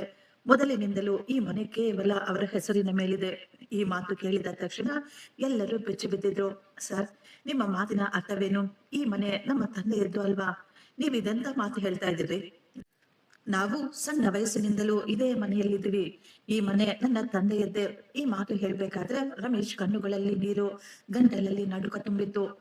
ಈಗ ವಕೀಲರು ಕೋಪವಾಗಿ ಹೇಳಿದ್ರು, ಇಲ್ಲ ರಮೇಶ್, ಈ ಮನೆಯ ಯಜಮಾನರು ನಿನ್ನ ತಂದೆಯಲ್ಲ, ನಿನ್ನ ತಾಯಿ. ಈ ಮನೆ ಸಾವಿತ್ರಿ ದೇವಿ ಅವರದ್ದು. ಈ ಮಾತು ಕೇಳಿದ ತಕ್ಷಣ ನಾವೆಲ್ಲರೂ ಶಾಕ್ ಆಗ್ಬಿಟ್ಟಿದ್ವಿ. ನಮಗ್ಯಾರಿಗೂ ನಮ್ಮ ಕಿವಿಯ ಮೇಲೆ ನಂಬಿಕೆನೆ ಬರ್ಲಿಲ್ಲ. ರಮೇಶ್ ಕೋಪದಿಂದ, ವಕೀಲ್ರೆ, ನೀವು ಸುಳ್ಳು ಹೇಳ್ತಾ ಇದ್ದೀರಾ. ಈ ಮನೆಯನ್ನು ಅಪ್ಪ ಕಟ್ಟಿಸಿದ್ದು. ನನ್ನ ಸಣ್ಣ ವಯಸ್ಸಿನಿಂದಲೂ ನಾನು ಇದೇ ಮಾತುಗಳನ್ನ ಕೇಳಿ ಬೆಳೆದಿರೋದು. ನಾವುಗಳು ಕೂಡ ಇಲ್ಲೇ ತಾನೇ ಇದ್ದೀವಿ. ಎಲ್ಲವನ್ನು ನಾವು ನೋಡ್ತಾ ಇದೀವಲ್ಲ, ಇದು ಹೇಗೆ ಸಾಧ್ಯ? ಇದು ನನ್ನ ಅಮ್ಮನದ್ದು ಆಗಲು ಹೇಗೆ ಸಾಧ್ಯ? ಅಮ್ಮ ಏನು ಕೆಲಸ ಮಾಡೋದಿಲ್ಲ, ಈ ಆಸ್ತಿ ಅವರದ್ದಲ್ಲ. ವಕೀಲರು ಎಲ್ಲರ ಮುಖವನ್ನು ನೋಡಿ ತುಂಬಾ ಶಾಂತವಾಗಿ ಹೇಳಿದ್ರು, ನಾರಾಯಣ್ ಅವರು ಈ ಮನೆಯನ್ನು ಕಟ್ಟಿಸಿದ್ರು, ಅದು ಸತ್ಯ. ಮನೆಯನ್ನು ಕಟ್ಟುವ ಎಲ್ಲಾ ಸಾಮಾನುಗಳನ್ನು ನಾರಾಯಣ್ ಅವರೇ ತಂದಿದ್ರು, ಅದು ಕೂಡ ಸತ್ಯವಾದ ಮಾತು. ಆದ್ರೆ ಈ ಮನೆಯ ಸ್ಥಳ, ಈ ಮನೆಯ ಮಾಲೀಕತ್ವ ಕೇವಲ ನಿಮ್ಮ ತಾಯಿಯದ್ದು. ನಿಮ್ಮ ತಂದೆಯ ಹೆಸರಿನ ಮೇಲೆ ಈ ಮನೆ ಯಾವತ್ತೂ ಇರ್ಲೇ ಇಲ್ಲ. ನೀವುಗಳು ತುಂಬಾ ಸಣ್ಣವರಿದ್ದಾಗ ನಿಮ್ಮ ತಂದೆಯ ಬಳಿ ಯಾವುದೇ ಬಿಸ್ನೆಸ್ ಇರಲಿಲ್ಲ. ತುಂಬಾ ಕಷ್ಟದ ಸಮಯದಲ್ಲಿ ನಿಮ್ಮ ತಾಯಿ ತನ್ನ ತವರು ಮನೆಯಿಂದ ತಂದಂತಹ ಎಲ್ಲ ಆಸ್ತಿಯನ್ನು, ಒಡವೆಗಳನ್ನು ಎಲ್ಲವನ್ನು ಮಾರಾಟ ಮಾಡಿ ಈ ಸ್ಥಳವನ್ನು ಕೊಂಡುಕೊಂಡಿದ್ದಾರೆ. ಮತ್ತು ನಿಮ್ಮ ತಂದೆಯ ಬಿಸ್ನೆಸ್ ಅನ್ನು ಕೂಡ ನಿಮ್ಮ ಅಮ್ಮ ಶುರು ಮಾಡಿಕೊಟ್ಟಿದ್ದು. ಆದ್ರೆ ಆ ತಾಯಿ ಮಾತ್ರ ಯಾವತ್ತೂ ಈ ಮಾತನ್ನು ಯಾರಿಗೂ ಹೇಳಲಿಲ್ಲ. ಇದೆಲ್ಲವೂ ನನ್ನದು ಅಂದ.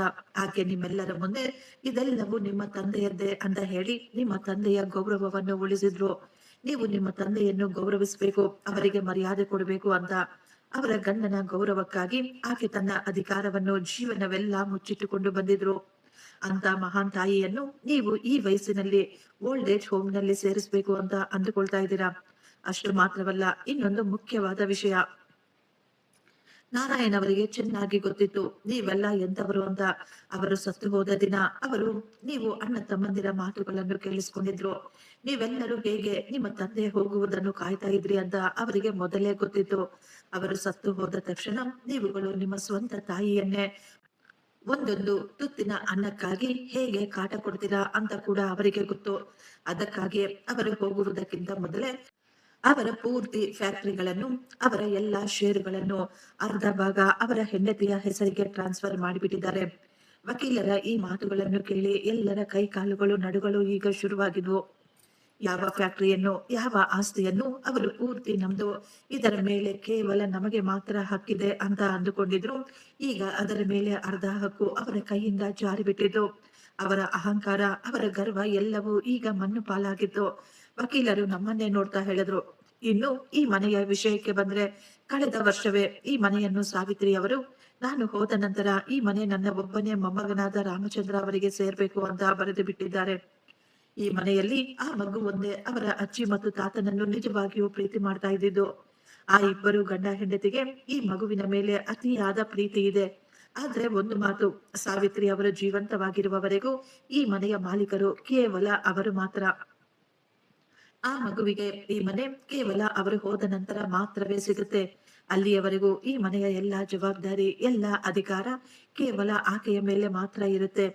ಈ ಮಾತು ಕೇಳಿದ ತಕ್ಷಣ ಸಿಂಧು ಮತ್ತು ರಮ್ಯಾ ಬಾಯನ್ನು ಬಿಟ್ಕೊಂಡು ಹಾಗೆಯೇ ನೋಡ್ತಾ ಇದ್ರು. ವಕೀಲರು ಎದ್ದು ನಿಂತು ತಮ್ಮ ಬ್ಯಾಗ್ ಅನ್ನು ತೆಗೆದುಕೊಂಡ್ರು. ನಾರಾಯಣ್ ಅವರ ಕೊನೆಯ ಒಂದು ಸಂದೇಶ, ಒಂದು ವೇಳೆ ನೀವೇನಾದ್ರೂ ಸಾವಿತ್ರಿಯನ್ನು ಈ ಮನೆಯಿಂದ ಹೊರಗೆ ಓಡಿಸಲು ಪ್ರಯತ್ನ ಪಟ್ರೆ, ಅವರಿಗೇನಾದ್ರೂ ತೊಂದರೆ ಕೊಡಬೇಕು ಅಂತ ಪ್ರಯತ್ನ ಪಟ್ರೆ, ಆಕೆ ನಿಮ್ಮನ್ನು ಆ ತಕ್ಷಣವೇ ಈ ಮನೆಯಿಂದ ಹೊರ ಹಾಕಬಹುದು. ಆ ಕ್ಷಣವೇ ನೀವುಗಳು ಮನೆಯನ್ನು ಖಾಲಿ ಮಾಡಬೇಕಾಗುತ್ತೆ. ಕೋರ್ಟಿಗೆ ಹೋಗಲು ಕೂಡ ನಿಮ್ಮ ಬಳಿ ಯಾವುದೇ ರೀತಿಯ ದಾರಿ ಇರಲ್ಲ. ಕಾನೂನಿನ ಪ್ರಕಾರ ಕೂಡ ನಿಮ್ಮಿಂದ ಆಕೆಯನ್ನು ಏನೂ ಮಾಡಿಕೊಳ್ಳಲು ಸಾಧ್ಯವಿಲ್ಲ ಎಂದು ಹೇಳುತ್ತಾ ಅವರು ಅಲ್ಲಿಂದ ಹೊರಟು ಹೋದ್ರು. ವಕೀಲರು ಹೋದ ನಂತರವೂ ನಾವು ಶಾಕ್ನಿಂದ ಹಾಗೆಯೇ ನಿಂತುಕೊಂಡಿದ್ವಿ.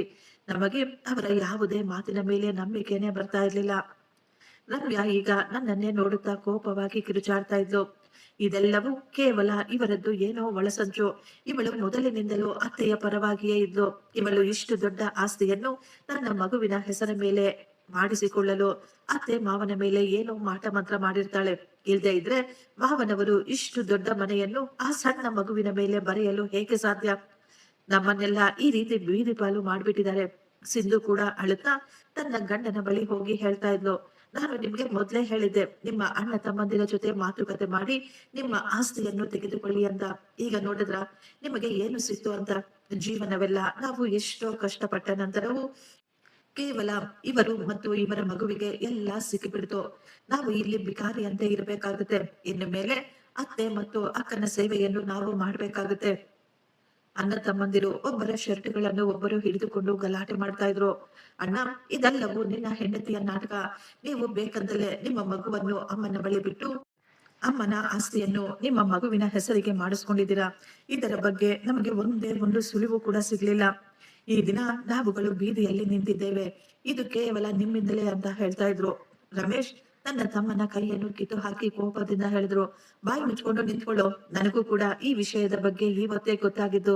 ಇಷ್ಟಕ್ಕೂ ಅಮ್ಮ ನಮ್ಮ ಮಗುವಿನ ಹೆಸರಿನ ಮೇಲೆ ಮನೆಯನ್ನು ಮಾಡಿದ್ರೆ ಇದರಲ್ಲಿ ನಮ್ದೇನೋ ತಪ್ಪು? ಇಷ್ಟಕ್ಕೂ ನೀವುಗಳೇ ತಾನೇ ಅಮ್ಮನನ್ನು ಮನೆಯಿಂದ ಓಡಿಸ್ಬೇಕು ಅಂತ ಪ್ಲಾನ್ ಮಾಡಿದ್ದು. ಈಗ ನೀವು ಮಾಡಿದ್ದನ್ನು ನೀವೇ ಅನುಭವಿಸಿ. ಮೂವರು ಅಣ್ಣ ತಮ್ಮಂದಿರು ಈಗ ಒಡೆದುಕೊಳ್ಳುವ ಮಟ್ಟಕ್ಕೆ ಹೊರಟು ಹೋಗಿದ್ರು. ಇವರ ಮಾತುಗಳನ್ನು ಕೇಳಿ ಸ್ವಾರ್ಥದಿಂದ ಯೋಚಿಸಿದ್ದ ನಾನು ಈಗ ಅವಮಾನದಿಂದ ತಲೆಬಗ್ಗಿಸಿಕೊಂಡಿದ್ದೆ. ಎಷ್ಟೋ ಸ್ವಾರ್ಥವಾಗಿ ಅತ್ತೆಯನ್ನು ಮನೆಯಿಂದ ಹೊರ ಹಾಕಬೇಕು ಅಂತ ಪ್ಲಾನ್ ಮಾಡಿದ್ದ ನನಗೆ ಈ ದಿನ ಅತ್ತೆ ಮಾಡಿದ ಈ ಕೆಲಸದಿಂದ ನನ್ನ ಮುಖದ ಮೇಲೆ ಜೋರಾಗಿ ಹೊಡೆದ ಹಾಗೆ ಆಗ್ಬಿಟ್ಟಿತ್ತು. ನನಗೆ ಅರ್ಥನೇ ಆಗ್ಲಿಲ್ಲ, ಇದೆಲ್ಲ ಯಾವಾಗ ಹೇಗಾಯ್ತು? ಇಂತಹ ಒಳ್ಳೆಯ ವ್ಯಕ್ತಿಗೆ ನಾವು ಇಷ್ಟೊಂದು ಕೇಡನ್ನು ಬಗೆದ್ವಾ? ಆ ಮಹಿಳೆ ತನ್ನ ಪೂರ್ತಿ ಜೀವನವೆಲ್ಲ ತನ್ನ ಸ್ವಂತ ಆಸ್ತಿಯನ್ನು ತನ್ನ ಗಂಡನ ಆಸ್ತಿ ಅಂತಾನೆ ಹೇಳ್ಕೊಳ್ತಾ ಇದ್ರು. ಆಕೆ ನನ್ನ ಎಲ್ಲ ಅಹಂಕಾರವನ್ನು ಸೈಲೆಂಟ್ ಆಗಿ ತಲೆ ಬಗ್ಗಿಸಿಕೊಂಡು ಅನುಭವಿಸ್ತಾ ಇದ್ರು. ಆದರೂ ನನ್ನ ಮಗುವಿನ ಭವಿಷ್ಯವನ್ನು ಸುರಕ್ಷಿತ ಮಾಡಿದ್ರು. ಆದ್ರೆ ನಾನು ಎಷ್ಟೊಂದು ಕೆಟ್ಟ ಮಹಿಳೆ. ಕೇವಲ ಒಂದು ರೂಮಿಗಾಗಿ, ಸ್ವಲ್ಪ ಆಸ್ತಿಗಾಗಿ ನನ್ನ ಅತ್ತೆಯ ಸಾಮಾನುಗಳನ್ನು ಪ್ಯಾಕ್ ಮಾಡ್ತಾ ಇದ್ದೆ. ಅತ್ತೆಯನ್ನು ಈ ಮನೆಯಿಂದ ಓಡಿಸಲು ನಾನು ಮಾಡಿದ ಕೆಲಸಗಳಿಗೆ ಈಗ ನನ್ನ ಮೇಲೆ ನನಗೆ ನಾಚಿಕೆಯಾಗ್ತಾ ಇತ್ತು. ಅಲ್ಲಿ ನಡೆಯುತ್ತಿದ್ದ ಗಲಾಟೆಗಳು, ಅವರ ಕಿತ್ತಾಟ, ಅವರ ಬೈಗುಳಗಳು ಈಗ ನನ್ನ ಕಿವಿಯ ಮೇಲೆ ಬೀಳ್ತಾನೆ ಇರ್ಲಿಲ್ಲ. ಈಗ ನಾನು ಒಳಗೊಳಗೆ ಪಶ್ಚಾತ್ತಾಪ ತುಂಬಿ ಹೋಗಿತ್ತು. ನನಗೆ ತುಂಬಾ ದುಃಖವಾಗ್ತಾ ಇತ್ತು. ನಾನು ಎಷ್ಟೊಂದು ಸ್ವಾರ್ಥಿಯಾಗ್ಬಿಟ್ಟಿದ್ದೆ, ನಾನು ಎಷ್ಟೊಂದು ಕೆಟ್ಟವಳು ಅಂತ ನನಗೆ ಈಗ ಅರ್ಥನೇ ಆಗಿಲ್ಲ. ಈ ಗಲಾಟೆಗಳನ್ನು, ಇವರ ವಿಚಿತ್ರವಾದ ವಾದಗಳನ್ನು ಹೇಗೆ ನಿಲ್ಲಿಸ್ಬೇಕು ಅಂತ ನಾನು ಯೋಚಿಸ್ತಾ ಇದ್ದೆ. ಅತ್ತೆ ಹೇಗೆ ಇಷ್ಟೊಂದು ತ್ಯಾಗ ಮಾಡಿ ಇಷ್ಟೊಂದನ್ನು ಹೇಗೆ ಸಾಧಿಸಿದ್ರು? ನಾವುಗಳು ಅಂತ ಮಹಿಳೆಗೆ ಏನು ಕೊಟ್ವಿ? ಈ ಗಲಾಟೆಗಳ ಮಧ್ಯೆ ಬಾಗಿಲಿನ ಬಳಿ ಏನೋ ಶಬ್ದವಾಗ್ತಾ ಇತ್ತು. ನಾನು ಗಾಬರಿಯಿಂದ ಬಾಗಿಲನ್ನು ತೆಗೆದು ನೋಡಿದಾಗ ನನ್ನ 9 ವರ್ಷದ ಮಗ ಬಾಗಿಲಿನ ಬಳಿ ನಿಂತುಕೊಂಡಿದ್ದ. ಆ ಮಗು ಜೋರಾಗಿ ಅಳ್ತಾ ಇತ್ತು. ಮಗು ಹೇಳ್ತಾ ಇತ್ತು, ಅಮ್ಮ, ಅಜ್ಜಿ ಅಳ್ತಾ ಇದ್ದಾರೆ. ನೀವು ಅಜ್ಜಿಯನ್ನು ಮನೆಯಿಂದ ಓಡಿಸ್ಬೇಡಿ. ಅಜ್ಜಿ ಏನಾದ್ರೂ ಈ ಮನೆಯಿಂದ ಹೊರಟು ಹೋದ್ರೆ ನಾನು ಕೂಡ ಅವರ ಜೊತೆನೆ ಹೊರಟು ಹೋಗ್ತೀನಿ. ಅಜ್ಜಿ ಇಲ್ಲ ಅಂದ್ರೆ ನಾನು ಕೂಡ ಈ ಮನೆಯಲ್ಲಿ ಇರೋದಿಲ್ಲ. ಮಗುವಿನ ಈ ಅಮಾಯಕವಾದ ಮಾತುಗಳನ್ನು ಕೇಳಿ ನಾನು ಕೂಡ ಶಾಕ್ ಆಗ್ಬಿಟ್ಟಿದ್ದೆ. ಮಗುವಿನ ಮಾತು ಕೇಳಿ ಅಲ್ಲಿನ ಗಲಾಟೆಗಳು ಕೂಡ ಶಾಂತವಾಗಿ ಬಿಟ್ಟಿದ್ವು. ಎಲ್ಲರೂ ಈಗ ಮಗುವನ್ನು ನೋಡ್ತಾ ಇದ್ರು. ಮಗುವಿನ ಆ ಸ್ಥಿತಿಯನ್ನು ನೋಡಿ ನನ್ನಿಂದ ತಡೆದುಕೊಳ್ಳಲಾಗ್ಲಿಲ್ಲ. ನಾನು ತಕ್ಷಣ ನನ್ನ ಮಗುವನ್ನು ತಬ್ಬಿಕೊಂಡು ಜೋರಾಗಿ ಅಳಲು ಶುರು ಮಾಡಿದೆ. ಮಗುವಿನ ಶಬ್ದಗಳು ನನ್ನೊಳಗೆ ಸತ್ತು ಹೋಗಿದ್ದ ಮನುಷ್ಯತ್ವವನ್ನು ಮತ್ತೆ ಜೀವ ತುಂಬಿದಂತಾಗಿತ್ತು. ನನ್ನೊಳಗಿದ್ದ ಸ್ವಾರ್ಥ ಈಗ ಹೊರಟು ಹೋಗಿತ್ತು. ನಾನು ಈಗ ಕಣ್ಣೀರನ್ನು ಒರೆಸಿಕೊಂಡು ತಕ್ಷಣ ಎದ್ದು ನಿಂತು, ಇನ್ನು ಸಾಕು ಮಾಡಿ, ಇದೆಲ್ಲ ಇನ್ನು ತುಂಬಾ ಜಾಸ್ತಿ ಆಯ್ತು ಅಂತ ಹೇಳಿದಾಗ ಎಲ್ಲರೂ ನನ್ನನ್ನೇ ನೋಡ್ತಾ ಇದ್ರು. ನಾನು ತುಂಬಾ ಕೋಪವಾಗಿ, ದುಃಖವಾಗಿ ಹೇಳ್ತಾ ಇದ್ದೆ, ನಾಚಿಕೆ ಆಗ್ಬೇಕು ನಮ್ಮೆಲ್ಲರಿಗೂ. ನಾವುಗಳು ಕೇವಲ ಈ 4 ಗೋಡೆಗಳಿಗಾಗಿ ಗಲಾಟೆ ಮಾಡ್ಕೊಳ್ತಾ ಇದೀವಿ. ಈ ಮನೆಯ ನಿಜವಾದ ಮಾಲೀಕರನ್ನು ನಾವು ಮನೆಯಿಂದ ಹೊರ ಹಾಕ್ಬೇಕು ಅಂತ ಅಂದುಕೊಂಡಿದೀವಿ. ಆಗ ರಮೇಶ್ ಹೇಳ್ತಾ ಇದ್ದ, ನೀನು ಮಧ್ಯದಲ್ಲಿ ಮಾತನಾಡ್ಬೇಡ, ಇದು ನಮ್ಮ ಮನೆಯ ಆಸ್ತಿಯ ವಿಚಾರ ಅಂತ. ಆದ್ರೆ ನಾನು ಅವರನ್ನು ಕೂಡ ಗದರಿಸಿಬಿಟ್ಟೆ. ನೀವು ಯಾವ ಆಸ್ತಿಯ ಬಗ್ಗೆ ಮಾತನಾಡ್ತಾ ಇದ್ದೀರಾ? ಈ ಎಲ್ಲಾ ಆಸ್ತಿ ನಿಮ್ಮ ಅಮ್ಮ ತನ್ನ ಸ್ತ್ರೀ ಧನವನ್ನು ಮಾರಿ ಕೊಂಡುಕೊಂಡಿದ್ದಾರೆ. ಇದರ ಮೇಲೆ ಯಾರಿಗೂ ಹಕ್ಕಿಲ್ಲ. ಅವರ ಜೀವನದ ಪೂರ್ತಿ ಸತ್ಯವನ್ನು ಅವರು ಅವರ ಮಕ್ಕಳಿಗೂ ಸಹ ಹೇಳಲಿಲ್ಲ. ಈ ದಿನ ಅವರ ಆಸ್ತಿಗಾಗಿ ನೀವುಗಳು ಒಬ್ಬರನ್ನು ಒಬ್ಬರು ಈ ರೀತಿ ಕೆಟ್ಟದಾಗಿ ನಡೆಸಿಕೊಳ್ತಾ ಇದ್ದೀರಾ. ನಾನು ಈಗ ಕೋಪವಾಗಿ ಅಲ್ಲಿಂದ ಬಂದು ಅತ್ತೆಯ ಸಾಮಾನುಗಳನ್ನು ಪ್ಯಾಕ್ ಮಾಡಿಟ್ಟಿದ್ದ ಸ್ಥಳಕ್ಕೆ ಹೋಗಿ ಬೇಗ ಬೇಗ ಆ ವಸ್ತುಗಳನ್ನೆಲ್ಲ ಹೊರಗೆ ತೆಗೆದೆ. ನಾನು ಅಳುತ್ತಾ ಆ ಸಾಮಾನುಗಳನ್ನು ಅದರ ಜಾಗದಲ್ಲಿ ಜೋಡಿಸಲು ಶುರು ಮಾಡಿದೆ. ಆಗಲೇ ರಮ್ಯಾ ಜೋರಾಗಿ ಹೇಳ್ತಾ ಇದ್ಲು, ಅಕ್ಕ, ನೀವು ತುಂಬಾ ಹುಷಾರಾಗ್ಬಿಟ್ಟಿದ್ದೀರಾ. ಈಗ ನಿಮಗೆ ನಿಮ್ಮ ಮನೆ ಸಿಕ್ಕಿಬಿಟ್ಟಿದೆ. ಈಗ ನಿಮ್ಮ ಮಗ ಕೋಟೀಶ್ವರನಾಗ್ಬಿಟ್ಟಿದ್ದಾನೆ. ಈಗ ನೀವು ಅತ್ತೆಯ ಸೇವೆಯನ್ನು ಖಂಡಿತ ಮಾಡೇ ಮಾಡ್ತೀರಾ ಬಿಡಿ. ಯಾಕಂದ್ರೆ ಅವರನ್ನು ನೀವು ನಿಮ್ಮ ಹಿಡಿತದಲ್ಲಿ ಇಟ್ಕೋಬೇಕು ಅಂತ ಸಿಂಧು ಹೇಳ್ತಾ ಇದ್ಲು. ಅಕ್ಕ, ನೀವು ತುಂಬಾ ಚಾಲಾಕಿ ಇದ್ದೀರಾ. ನಮಗೆ ಬ್ಯೂಟಿ ಪಾರ್ಲರ್ನ ಕನಸನ್ನು ತೋರಿಸಿ ಇಷ್ಟೊಂದು ದೊಡ್ಡ ಆಸ್ತಿಯನ್ನು ನೀವು ಹೊಡೆದುಕೊಂಡಿದ್ದೀರಾ. ನಮ್ಮ ಮುಂದೆ ಅಮಾಯಕರ ರೀತಿ, ಒಳ್ಳೆಯವರ ರೀತಿ ಎಷ್ಟೊಂದು ಚೆನ್ನಾಗಿ ನಾಟಕವಾಡ್ಬಿಟ್ರಿ. ಅವರ ಇಂಥ ಮಾತುಗಳನ್ನು ಕೇಳಿ ನನಗೆ ತುಂಬಾ ಕೋಪ ಬರ್ತಾ ಇತ್ತು. ನಾನು ಅವರ ಎದುರುಗಡೆ ನಿಂತು ಅವರನ್ನೇ ನೋಡುತ್ತಾ ಕೋಪವಾಗಿ ಹೇಳಿದೆ, ಇನ್ನು ಸಾಕು ಮಾಡಿ. ಈ ಮನೆ ನನ್ನ ಮಗುವಿಗೆ ಸಿಗ್ಲಿಲ್ಲ. ಇದು ನನ್ನ ಅತ್ತೆಯ ಮನೆ. ನೀವೆಲ್ಲರೂ ಕಿವಿಗೊಟ್ಟು ನೀಟಾಗಿ ಕೇಳಿಸ್ಕೊಳ್ಳಿ. ಈ ಮನೆಯಲ್ಲಿ ಯಾರು ಇರಬೇಕು ಅಂತ ಆಸೆ ಇದೆಯೋ ಅವರು ಅತ್ತೆಯನ್ನು ಗೌರವಿಸಬೇಕು. ಇಲ್ಲಿ ಯಾವುದೇ ಬ್ಯೂಟಿ ಪಾರ್ಲರ್ ಕೂಡ ಓಪನ್ ಆಗುವುದಿಲ್ಲ. ಅಷ್ಟು ಮಾತ್ರವಲ್ಲ, ಇಲ್ಲಿಂದ ಯಾರು ಓಲ್ಡ್ ಏಜ್ ಹೋಮ್ಗೆ ಕೂಡ ಹೋಗೋದಿಲ್ಲ. ಯಾರಿಗೆ ಇಲ್ಲಿ ತುಂಬಾ ಕಷ್ಟವಾಗ್ತಾ ಇದೆಯೋ ಬಾಗಿಲು ಇನ್ನೇ ತೆಗೆದೇ ಇದೆ. ನೀವುಗಳು ಈಗಲೇ ನಿಮ್ಮ ಸಾಮಾನುಗಳನ್ನು ಪ್ಯಾಕ್ ಮಾಡಿಕೊಂಡು ಇಲ್ಲಿಂದ ಹೊರಗಡೆ ಹೋಗಬಹುದು. ನನ್ನ ಈ ರೀತಿ ಕಠಿಣವಾದ ಮಾತುಗಳನ್ನು ಕೇಳಿ ಅವರಿಬ್ಬರು ದಂಗಾಗಿ ಹೋಗಿದ್ರು. ಈಗ ಆ 3 ಅಣ್ಣ ತಮ್ಮಂದಿರು ಅಲ್ಲಿಗೆ ಬಂದಿದ್ರು. ನನ್ನ ಮಾತುಗಳನ್ನು ಕೇಳಿ ರಮೇಶ್ ಒಳಗೆ ಮಲಗಿದ್ದ ಮಗ ಕೂಡ ಎದ್ದಿದ್ದ. ಅವನು ನನ್ನ ಜೊತೆ ನಿಂತುಕೊಂಡು ಹೇಳಿದ, ಸಂಧ್ಯಾ ಸರಿಯಾಗಿ ಹೇಳ್ತಾ ಇದ್ದಾಳೆ. ಅತಿ ಆಸೆಯಿಂದ ನಮಗೂ ಏನು ಕಾಣಿಸ್ಲಿಲ್ಲ. ಇನ್ನು ಮುಂದೆ ಅಮ್ಮ ಎಲ್ಲಿಗೂ ಹೋಗುವುದಿಲ್ಲ. ಯಾರಿಗಾದ್ರೂ ತೊಂದರೆ ಆಗ್ತಾ ಇದ್ರೆ ಅವರು ಈಗಲೇ ಈ ಮನೆ ಬಿಟ್ಟು ಹೊರಟು ಹೋಗಿ. ನಾನು ಈ ಮನೆಯ ದೊಡ್ಡ ಮಗ. ಈ ದಿನದಿಂದ ನನ್ನ ಅಮ್ಮನ ವಿರುದ್ಧ ನಾನು ಒಂದೇ ಒಂದು ಮಾತು ಕೂಡ ಕೇಳೋದಿಲ್ಲ ಅಂತ ಹೇಳಿಬಿಟ್ರು. ಇಬ್ಬರು ಅಣ್ಣ ತಮ್ಮಂದಿರು ತಲೆ ಬಗ್ಗಿಸಿಕೊಂಡು, ಅಣ್ಣ, ನಮ್ಮಿಂದ ತುಂಬಾ ದೊಡ್ಡ ತಪ್ಪಾಯಿತು. ಆಸ್ತಿಯ ದುರಾಸೆಯಿಂದ ನಾವುಗಳು ಮರೆತು ಬಿಟ್ಟಿದ್ವಿ. ನಮ್ಮ ಅಮ್ಮ ಎಷ್ಟೊಂದು ಒಳ್ಳೆಯವರು ಅಂತ. ಈ ಮನೆ ಆಸ್ತಿ ಎಲ್ಲವೂ ಅವರ ಹೆಸರಿನ ಮೇಲೆ ಇತ್ತು. ಆದ್ರೂ ಜೀವನವೆಲ್ಲ ಅವರು ನಮಗೆ ಈ ಸತ್ಯವನ್ನು ಹೇಳಲಿಲ್ಲ. ನಮ್ಮ ತಂದೆಗೆ ಗೌರವವನ್ನು ಕೊಡಬೇಕು ಅಂತ ಅಮ್ಮ ಈ ಸತ್ಯವನ್ನು ಯಾವತ್ತೂ ಹೊರಗೆ ಬರಲು ಬಿಡ್ಲೇ ಇಲ್ಲ. ಆಗಲೇ ಸುರೇಶ್ ಕೂಡ ಹೇಳ್ದ, ಇವಳು ಸರಿ ಇಲ್ಲ, ಇವಳಿಂದಾನೇ ಇಷ್ಟೊಂದು ಅನಾಹುತ ನಡೀತಾ ಇರೋದು. ನಾವು ಎಷ್ಟೊಂದು ಕೆಟ್ಟವರು. ನಾವು ನಮ್ಮ ಹೆತ್ತ ತಾಯಿಯನ್ನೇ ಮನೆಯಿಂದ ಹೊರ ಹಾಕ್ಬೇಕು ಅಂತ ಅಂದುಕೊಂಡು ಬಿಟ್ಟಿದ್ವಿ. ಅಮ್ಮನನ್ನು ಕ್ಷಮಿಸು ಅಂತ ಕೇಳಲು ಕೂಡ ನಾವು ಲಾಯಕ್ಕಿಲ್ಲ, ನಮಗೆ ಯೋಗ್ಯತೆ ಇಲ್ಲ ಅಂತ ಹೇಳ್ತಾ ಇದ್ರು. ಅವರ ಗಂಡಂದಿರ ಈ ಮಾತುಗಳನ್ನು ಕೇಳಿ ಇನ್ನು ಇಲ್ಲಿ ನಮ್ಮ ಯಾವ ಮಾತು ಕೇಳೋರಿಲ್ಲ, ನಮ್ಮಿಂದ ಇನ್ನು ಇಲ್ಲಿ ಏನು ಮಾಡಲು ಸಾಧ್ಯವಿಲ್ಲ ಅಂದುಕೊಂಡು ನನ್ನ ಇಬ್ಬರು ನಾದಿನಿಯರು ತಲೆ ಬಗ್ಗಿಸಿಕೊಂಡಿದ್ರು. ಅವರಿಗೆ ಅರ್ಥವಾಗ್ಬಿಟ್ಟಿತ್ತು, ಇಲ್ಲಿ ಇನ್ನು ಮುಂದೆ ಅವರ ಯಾವುದೇ ಮಾತುಗಳು ನಡೆಯೋದಿಲ್ಲ, ಅವರ ಯಾವುದೇ ಬೆಳೆ ಬೇಯೋದಿಲ್ಲ ಅಂತ. ಕಾನೂನಿನ ಪ್ರಕಾರ ಈ ಮನೆಯ ಮೇಲೆ, ಆಸ್ತಿಗಳ ಮೇಲೆ ಯಾರಿಗೂ ಯಾವುದೇ ರೀತಿಯ ಹಕ್ಕು ಇರ್ಲಿಲ್ಲ. ನಾವೆಲ್ಲರೂ ಈಗ ಎಷ್ಟೋ ನಾಚಿಕೆಯಿಂದ ದುಃಖದಿಂದ ಅಮ್ಮನ ರೂಮ್ಗೆ ಹೋದ್ವಿ. ಬಾಗಿಲು ಸ್ವಲ್ಪ ತೆಗೆದೇ ಇತ್ತು. ಅಮ್ಮ ಏನ್ ಮಾಡ್ತಾ ಇದ್ದಾರೆ ಅಂತ ಬಗ್ಗೆ ನೋಡಿದಾಗ ಅತ್ತೆ ಅಳುತ್ತಾ ಆ ದೇವರನ್ನು ಕೇಳ್ಕೊಳ್ತಾ ಇದ್ರು. ಅವರು ತಮ್ಮ ಮಕ್ಕಳ ಏಳಿಗೆಗಾಗಿ, ಅವರ ಸಂತೋಷಕ್ಕಾಗಿ ಆ ದೇವರ ಬಳಿ ಕೇಳ್ಕೊಳ್ತಾ ಇದ್ರು. ಇದನ್ನು ನೋಡಿ ನನ್ನಿಂದ ತಡೆದುಕೊಳ್ಳಲಾಗಿಲ್ಲ. ನಾನು ತಕ್ಷಣ ಒಳಗೆ ಹೋಗಿ ಆಕೆಯ ಕಾಲ ಮೇಲೆ ಬಿದ್ದು ಬಿಟ್ಟೆ. ಅಳುತ್ತಾ, ಅತ್ತೆ ದಯವಿಟ್ಟು ನನ್ನನ್ನು ಕ್ಷಮಿಸಿಬಿಡಿ, ನಾನು ತುಂಬಾ ದೊಡ್ಡ ತಪ್ಪು ಮಾಡಿಬಿಟ್ಟೆ. ನೀವು ನನ್ನನ್ನು ಎಷ್ಟೊಂದು ಚೆನ್ನಾಗಿ ನೋಡ್ಕೊಂಡಿದ್ದೀರಾ, ಎಷ್ಟೊಂದು ಪ್ರೀತಿ ಮಾಡಿದ್ದೀರಾ. ಆದ್ರೆ ನಿಮ್ಮ ಈ ಪ್ರೀತಿಗೆ ನಾನು ನಿಮ್ಮನ್ನು ಆಶ್ರಮಕ್ಕೆ ಸೇರಿಸ್ಬೇಕು ಅಂದುಕೊಂಡಿದ್ದೆ. ನಾನು ಎಷ್ಟೊಂದು ಸ್ವಾರ್ಥಿಯಾಗ್ಬಿಟ್ಟಿದ್ದೆ ಅಂದ್ರೆ ನಿಮ್ಮ ಬಲಿದಾನ, ನಿಮ್ಮ ಪ್ರೀತಿಯನ್ನು ನಾನು ಗುರುತಿಸಲೇ ಇಲ್ಲ. ನೀವು ನನಗೆ ಏನಾದ್ರೂ ಶಿಕ್ಷೆ ಕೊಡಿ ಪರವಾಗಿಲ್ಲ, ಆದ್ರೆ ನನ್ನನ್ನು ಕ್ಷಮಿಸಿಬಿಡಿ ಅಂತ ಕೇಳ್ತಾ ಇದ್ದೆ.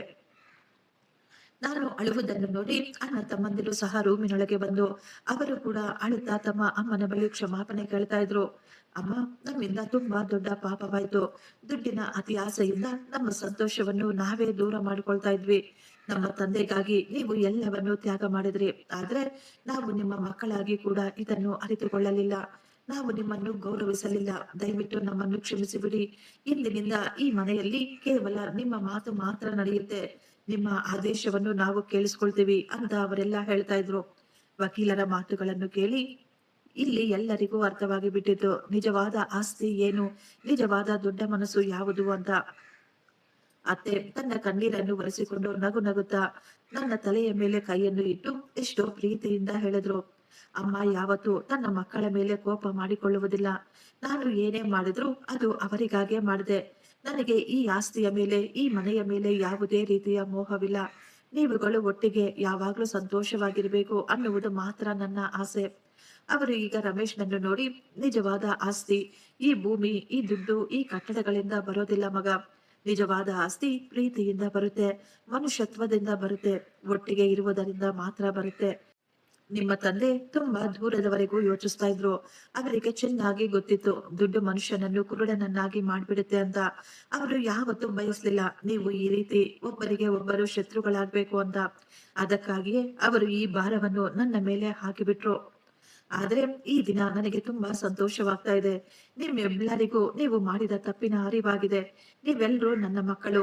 ಈ ಮನೆ, ಆಸ್ತಿ, ಈ ಫ್ಯಾಕ್ಟ್ರಿಗಳು ಇವೆಲ್ಲವೂ ಕೇವಲ ನಿಮ್ದೆ. ಇದನ್ನು ತೆಗೆದುಕೊಂಡು ನಾನು ಏನ್ ಮಾಡ್ಬೇಕು?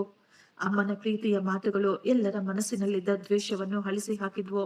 ಎಲ್ಲ ಮಕ್ಕಳು ತನ್ನ ತಾಯಿಯ ಬಳಿ ಕ್ಷಮಾಪಣೆ ಕೇಳಿ ಆಕೆಗೆ ಮಾತು ಕೊಟ್ಟಿದ್ರು. ಎಲ್ಲರೂ ಒಟ್ಟಿಗೆ ಸಂತೋಷವಾಗಿ ಕೆಲಸ ಮಾಡ್ಕೊಂಡು ಹೋಗ್ತೀವಿ ಅಂತ. ಸಿಂಧು ಮತ್ತು ರಮ್ಯಾ ಕೂಡ ಅತ್ತೆಯ ಕಾಲಿಗೆ ಬಿದ್ದು ಕ್ಷಮಾಪಣೆ ಕೇಳಿದ್ರು. ಅತ್ತೆ ಕೂಡ ತನ್ನ ದೊಡ್ಡ ಮನಸ್ಸಿನಿಂದ ಎಲ್ಲರನ್ನು ಕ್ಷಮಿಸಿ ಬಿಟ್ಟಿದ್ರು. ಆ ದಿನದಿಂದ ಆ ಮನೆಯ ಪರಿಸ್ಥಿತಿಗಳು ಪೂರ್ತಿಯಾಗಿ ಬದಲಾಗಿ ಬಿಟ್ವು. ರಮ್ಯಾ ಮತ್ತು ಸಿಂಧು ತನ್ನ ಅಹಂಕಾರವನ್ನು ಬಿಟ್ಟು ತುಂಬಾ ಒಳ್ಳೆಯವರಾಗಿ, ಮರ್ಯಾದೆಯಾಗಿ, ಗೌರವವಾಗಿ ಇರ್ತಾ ಇದ್ರು. ಅಣ್ಣ ತಮ್ಮಂದಿರು ಒಟ್ಟಿಗೆ ಸೇರಿ ವ್ಯಾಪಾರವನ್ನು ನೋಡಿಕೊಳ್ತಾ ಇದ್ರು. ಎಷ್ಟೇ ಲಾಭ ಬಂದರೂ ಎಲ್ಲವನ್ನು ಅಮ್ಮನಿಗೆ ನೀಟಾಗಿ ಒಪ್ಪಿಸ್ತಾ ಇದ್ರು. ಅಮ್ಮ ತಮ್ಮ ಇಷ್ಟದ ಪ್ರಕಾರ ಮನೆಯನ್ನು ನಡೆಸುತ್ತಾ ಮಕ್ಕಳ ಹೆಸರಿನಲ್ಲಿ ಬಡವರಿಗೆ ಕೂಡ ಸಹಾಯವನ್ನು ಮಾಡ್ತಾ ಇದ್ರು. ನನ್ನನ್ನು ಕೂಡ ಬದಲಾಯಿಸಿಕೊಂಡಿದ್ದೆ. ನಾನು ಈಗ ಸೊಸೆಯಾಗಿ ಅಲ್ಲ, ಒಬ್ಬ ಮಗಳಾಗಿ ನನ್ನ ಅಮ್ಮನ ಸೇವೆಯನ್ನು ಮಾಡ್ತಾ ಇದ್ದೆ. ಇನ್ನು ನನ್ನ ಮಗ, ಅವನು ಮೊದಲಿನಿಂದಲೂ ಕೇವಲ ತನ್ನ ಅಜ್ಜಿಯ ಮೊಮ್ಮಗ. ಅವನು ಈಗಲೂ ತನ್ನ ಅಜ್ಜಿಯನ್ನು ಎಷ್ಟೋ ಪ್ರೀತಿ ಮಾಡ್ತಾ ಇದ್ದ. ಆ ಮನೆ ಈಗ ನಮಗೆ ಜೀವನದ ಅತಿ ದೊಡ್ಡ ಪಾಠವನ್ನು ಕಲಿಸಿಬಿಟ್ಟಿತ್ತು. ದೊಡ್ಡವರ ಆಶೀರ್ವಾದಕ್ಕಿಂತ ಇನ್ನು ಯಾವುದು ಜೀವನದಲ್ಲಿ ಮುಖ್ಯವಲ್ಲ. ಅವರೇ ನಮ್ಮ ಜೀವನದ ಅತಿ ದೊಡ್ಡ ಆಸ್ತಿ ಎನ್ನುವ ಪಾಠ ನಮಗೆ ಈಗ ಗೊತ್ತಾಗಿತ್ತು. ಫ್ರೆಂಡ್ಸ್, ಈ ಸ್ಟೋರಿ ನಿಮಗೆ ಇಷ್ಟವಾಗಿದ್ರೆ ಒಂದು ಲೈಕ್ ಮಾಡಿ ಮತ್ತು ನಮ್ಮ ಚಾನೆಲ್ ಅನ್ನು ಸಬ್ಸ್ಕ್ರೈಬ್ ಮಾಡಿಕೊಳ್ಳಿ. ಥ್ಯಾಂಕ್ ಯು, ಧನ್ಯವಾದಗಳು.